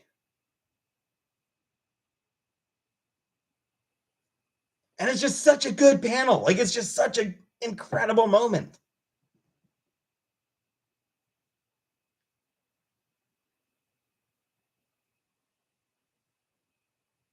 Like I said, one of the definitive Avengers moments, one of the most iconic moments in the entire history of the Avengers franchise.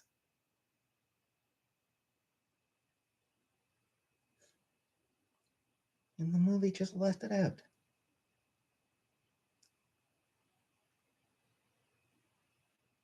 It was badass. It was so badass.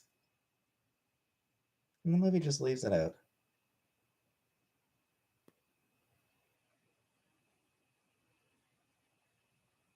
What am I talking about, Jade? Avengers.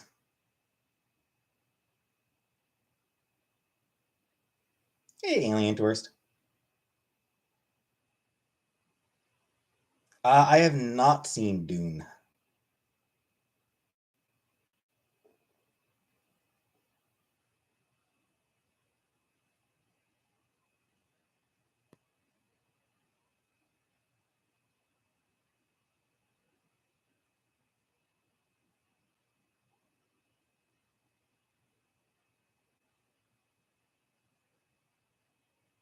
Yeah, I mean, Age of Ultron is another example where, like, the time constraints of the movies mean that their stories aren't really as satisfying.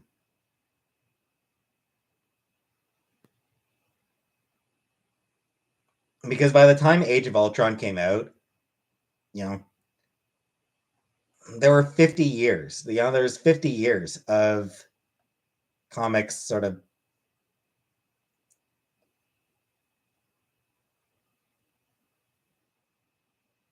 characters sort of like interacting and fighting and all that. And the event and the movie couldn't do that. And the movie couldn't do that.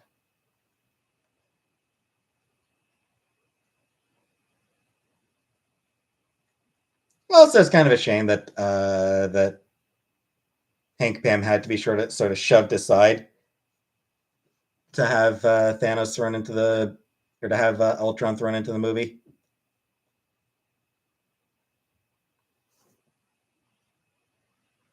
Mexican food? Nah, I don't.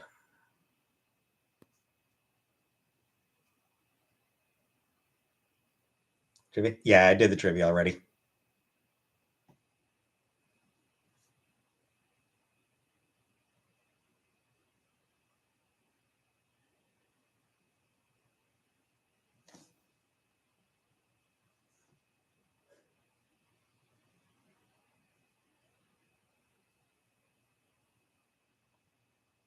I want pho tomorrow, but I'm trying to save money. Yeah, I know that feeling. I know that feeling of wanting takeout, but wanting to be responsible. Yeah, being responsible. Hamsters? Yeah, hamsters are cute. I find hamsters cute.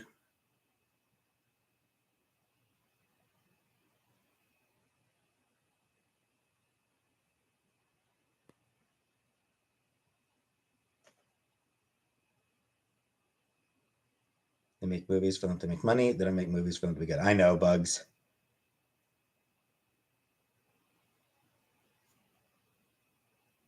And they never are as good as the comics. They can't be.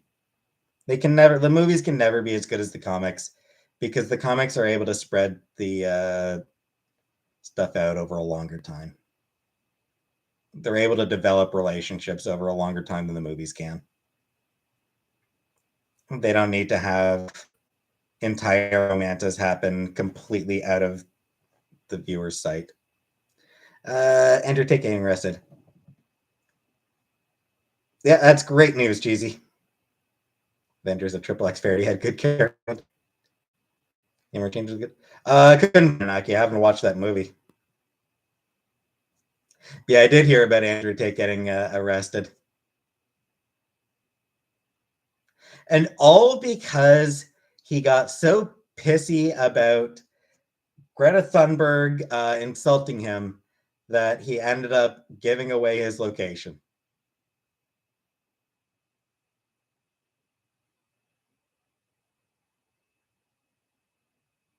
Like,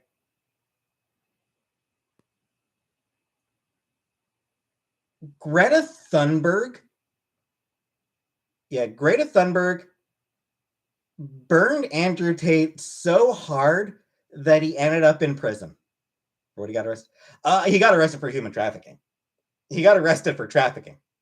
So, you know, the guy fucking belongs in prison.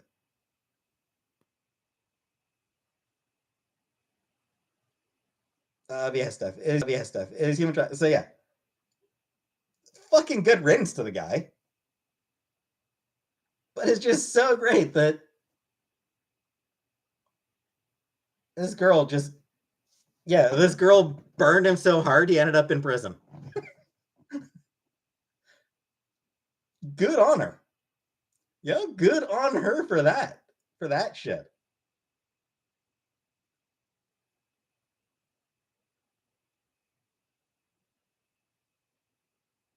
Sure, the other prisoners will have a lot of fun with him. What, you don't think they're going to be impressed by such an alpha male?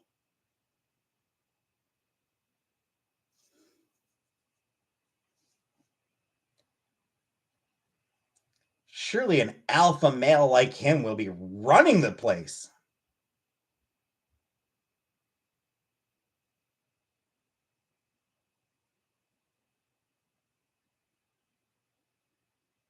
Wasn't he rich? Why would he do that? I mean, the human trafficking is probably a big part of the human trafficking. Probably is where he got a fair bit of his money, Anunnaki.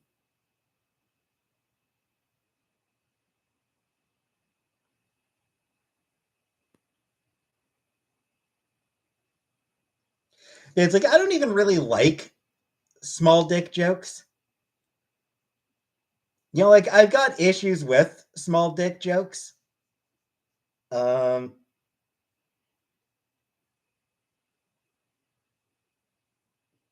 but even so, the fact that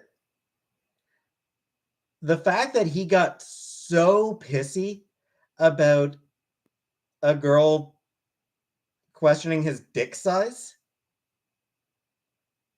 that he ended up giving away his location and got himself arrested.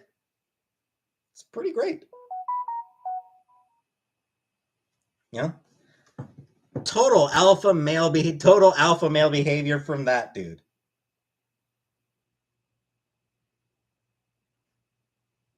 Such a strong alpha male.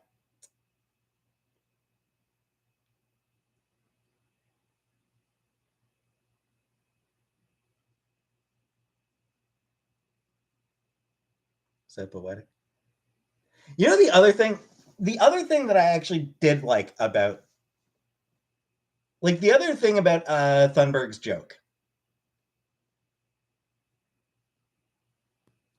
Tate and Matt Walsh and all the other people who were siding with Andrew Tate, the only comeback that all that they came up with was, "Oh, you have a small dick."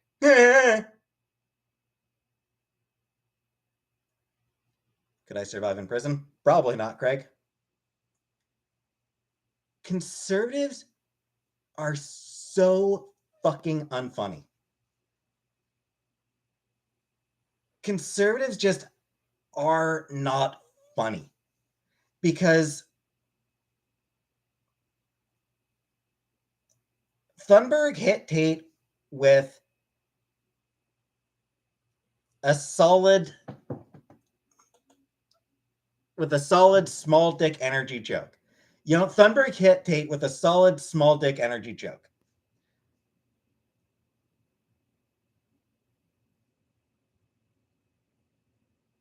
Someone with a good sense of humor, someone who actually has a good sense of humor, would have seen that joke and went and just acknowledged, you know, got him. You know, would have acknowledged, all right, you win this round. Someone with a genuinely good sense of humor and a good sense of humor about themselves would have just said, well, shit, you win this round. Instead, everybody, Tate and Walsh and everybody on the right, reacted with, nuh-uh.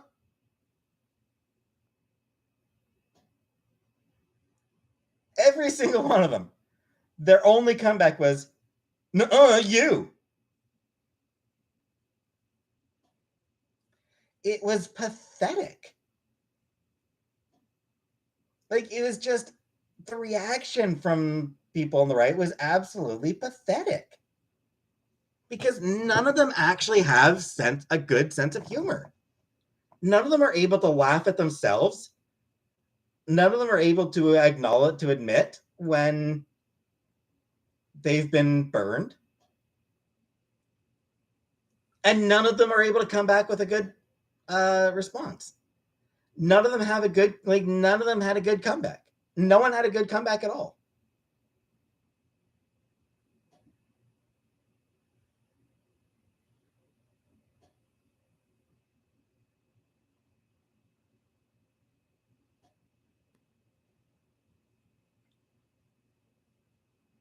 So yeah, conservatives simply fail at humor. They really do. Conservatives just are not funny. And I say that, like, I don't consider myself particularly funny. I don't think I'm a very funny guy. The conservatives are really not funny.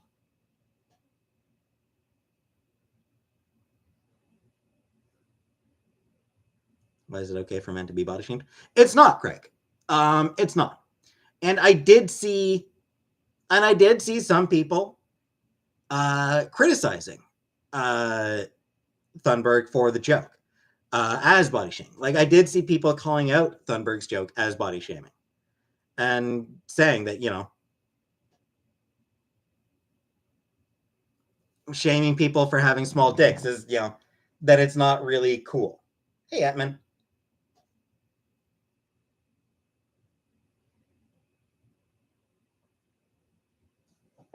Can I tell you a joke? No, I can't.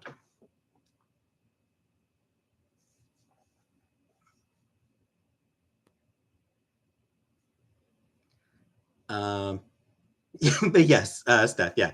The human trafficking is, why he's going to prison.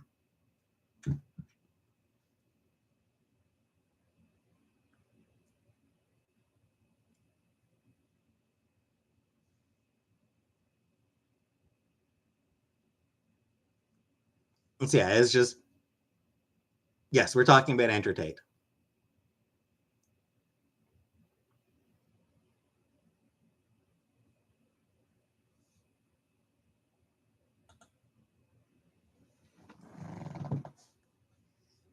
He is so annoying. He is.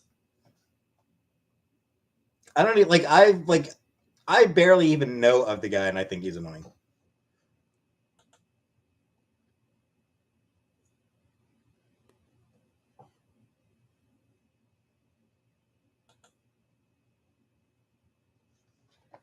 Like I said, Bugs, it's still the kind of humor that we should be trying to move away from. It's still saying that having a small penis is a bad thing. Like saying someone's got small dick energy. The very clear implication there is that having a small dick is a bad thing. Which, it's not something that can be helped. There are guys with small dicks. It doesn't make them bad for having small dicks. It's not their fault.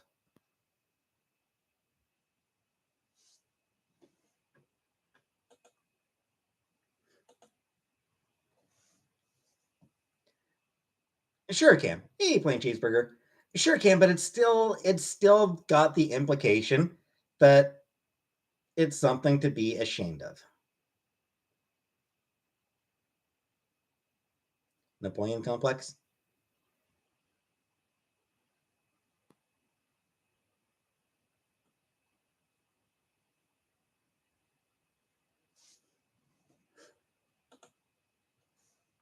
Same when people make fun of my big bean.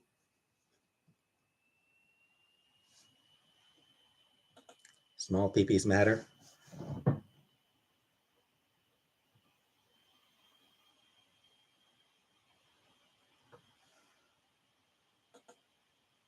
I have no dick and I'm still somehow masculine. Yep. Trans men are still men, even if they, yeah.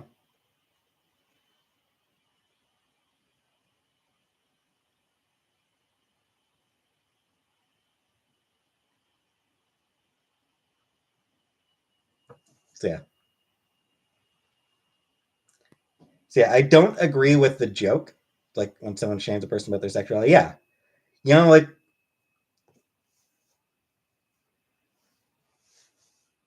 accusing some conservative politician of being gay. Like it's like accusing some Republican politician of being gay. The implication is that there's something wrong with that.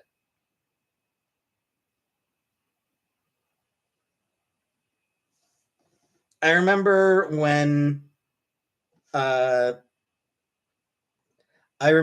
when Stephen Colbert made a joke about Trump being Putin's cock sleeve.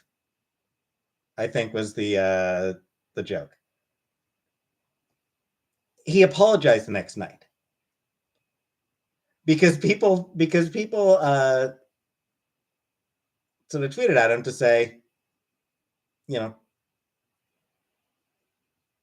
are you trying to or like, is the punchline that being gay is funny?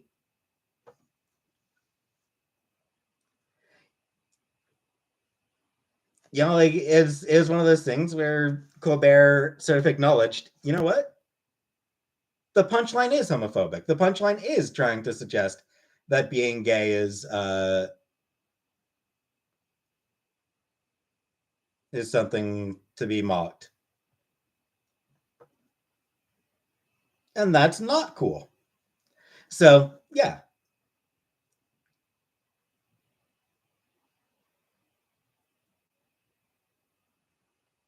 And Steph, there's so many other things to shame Andrew Tate for, though. Like, there's so many things that Andrew Tate deserves to be shamed for.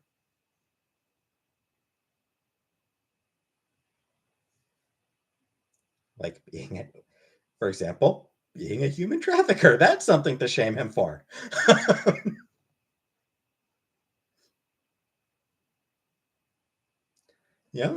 Definitely shame him for being a human trafficker.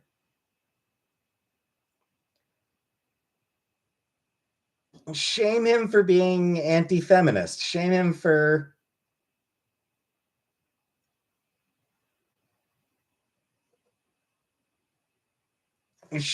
thinking polluting is cool.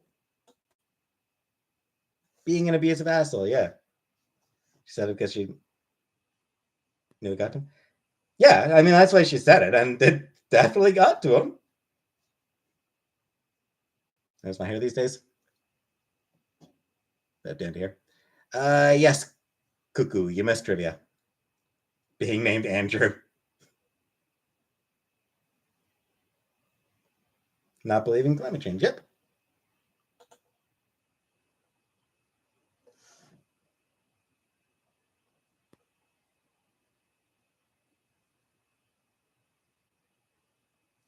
Anyway, I'm gonna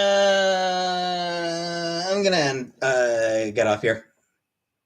I'm ready to call it a night.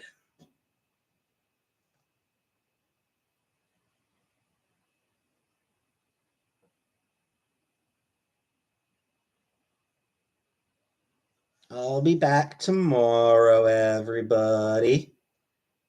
So, thanks for coming. And good night, everybody.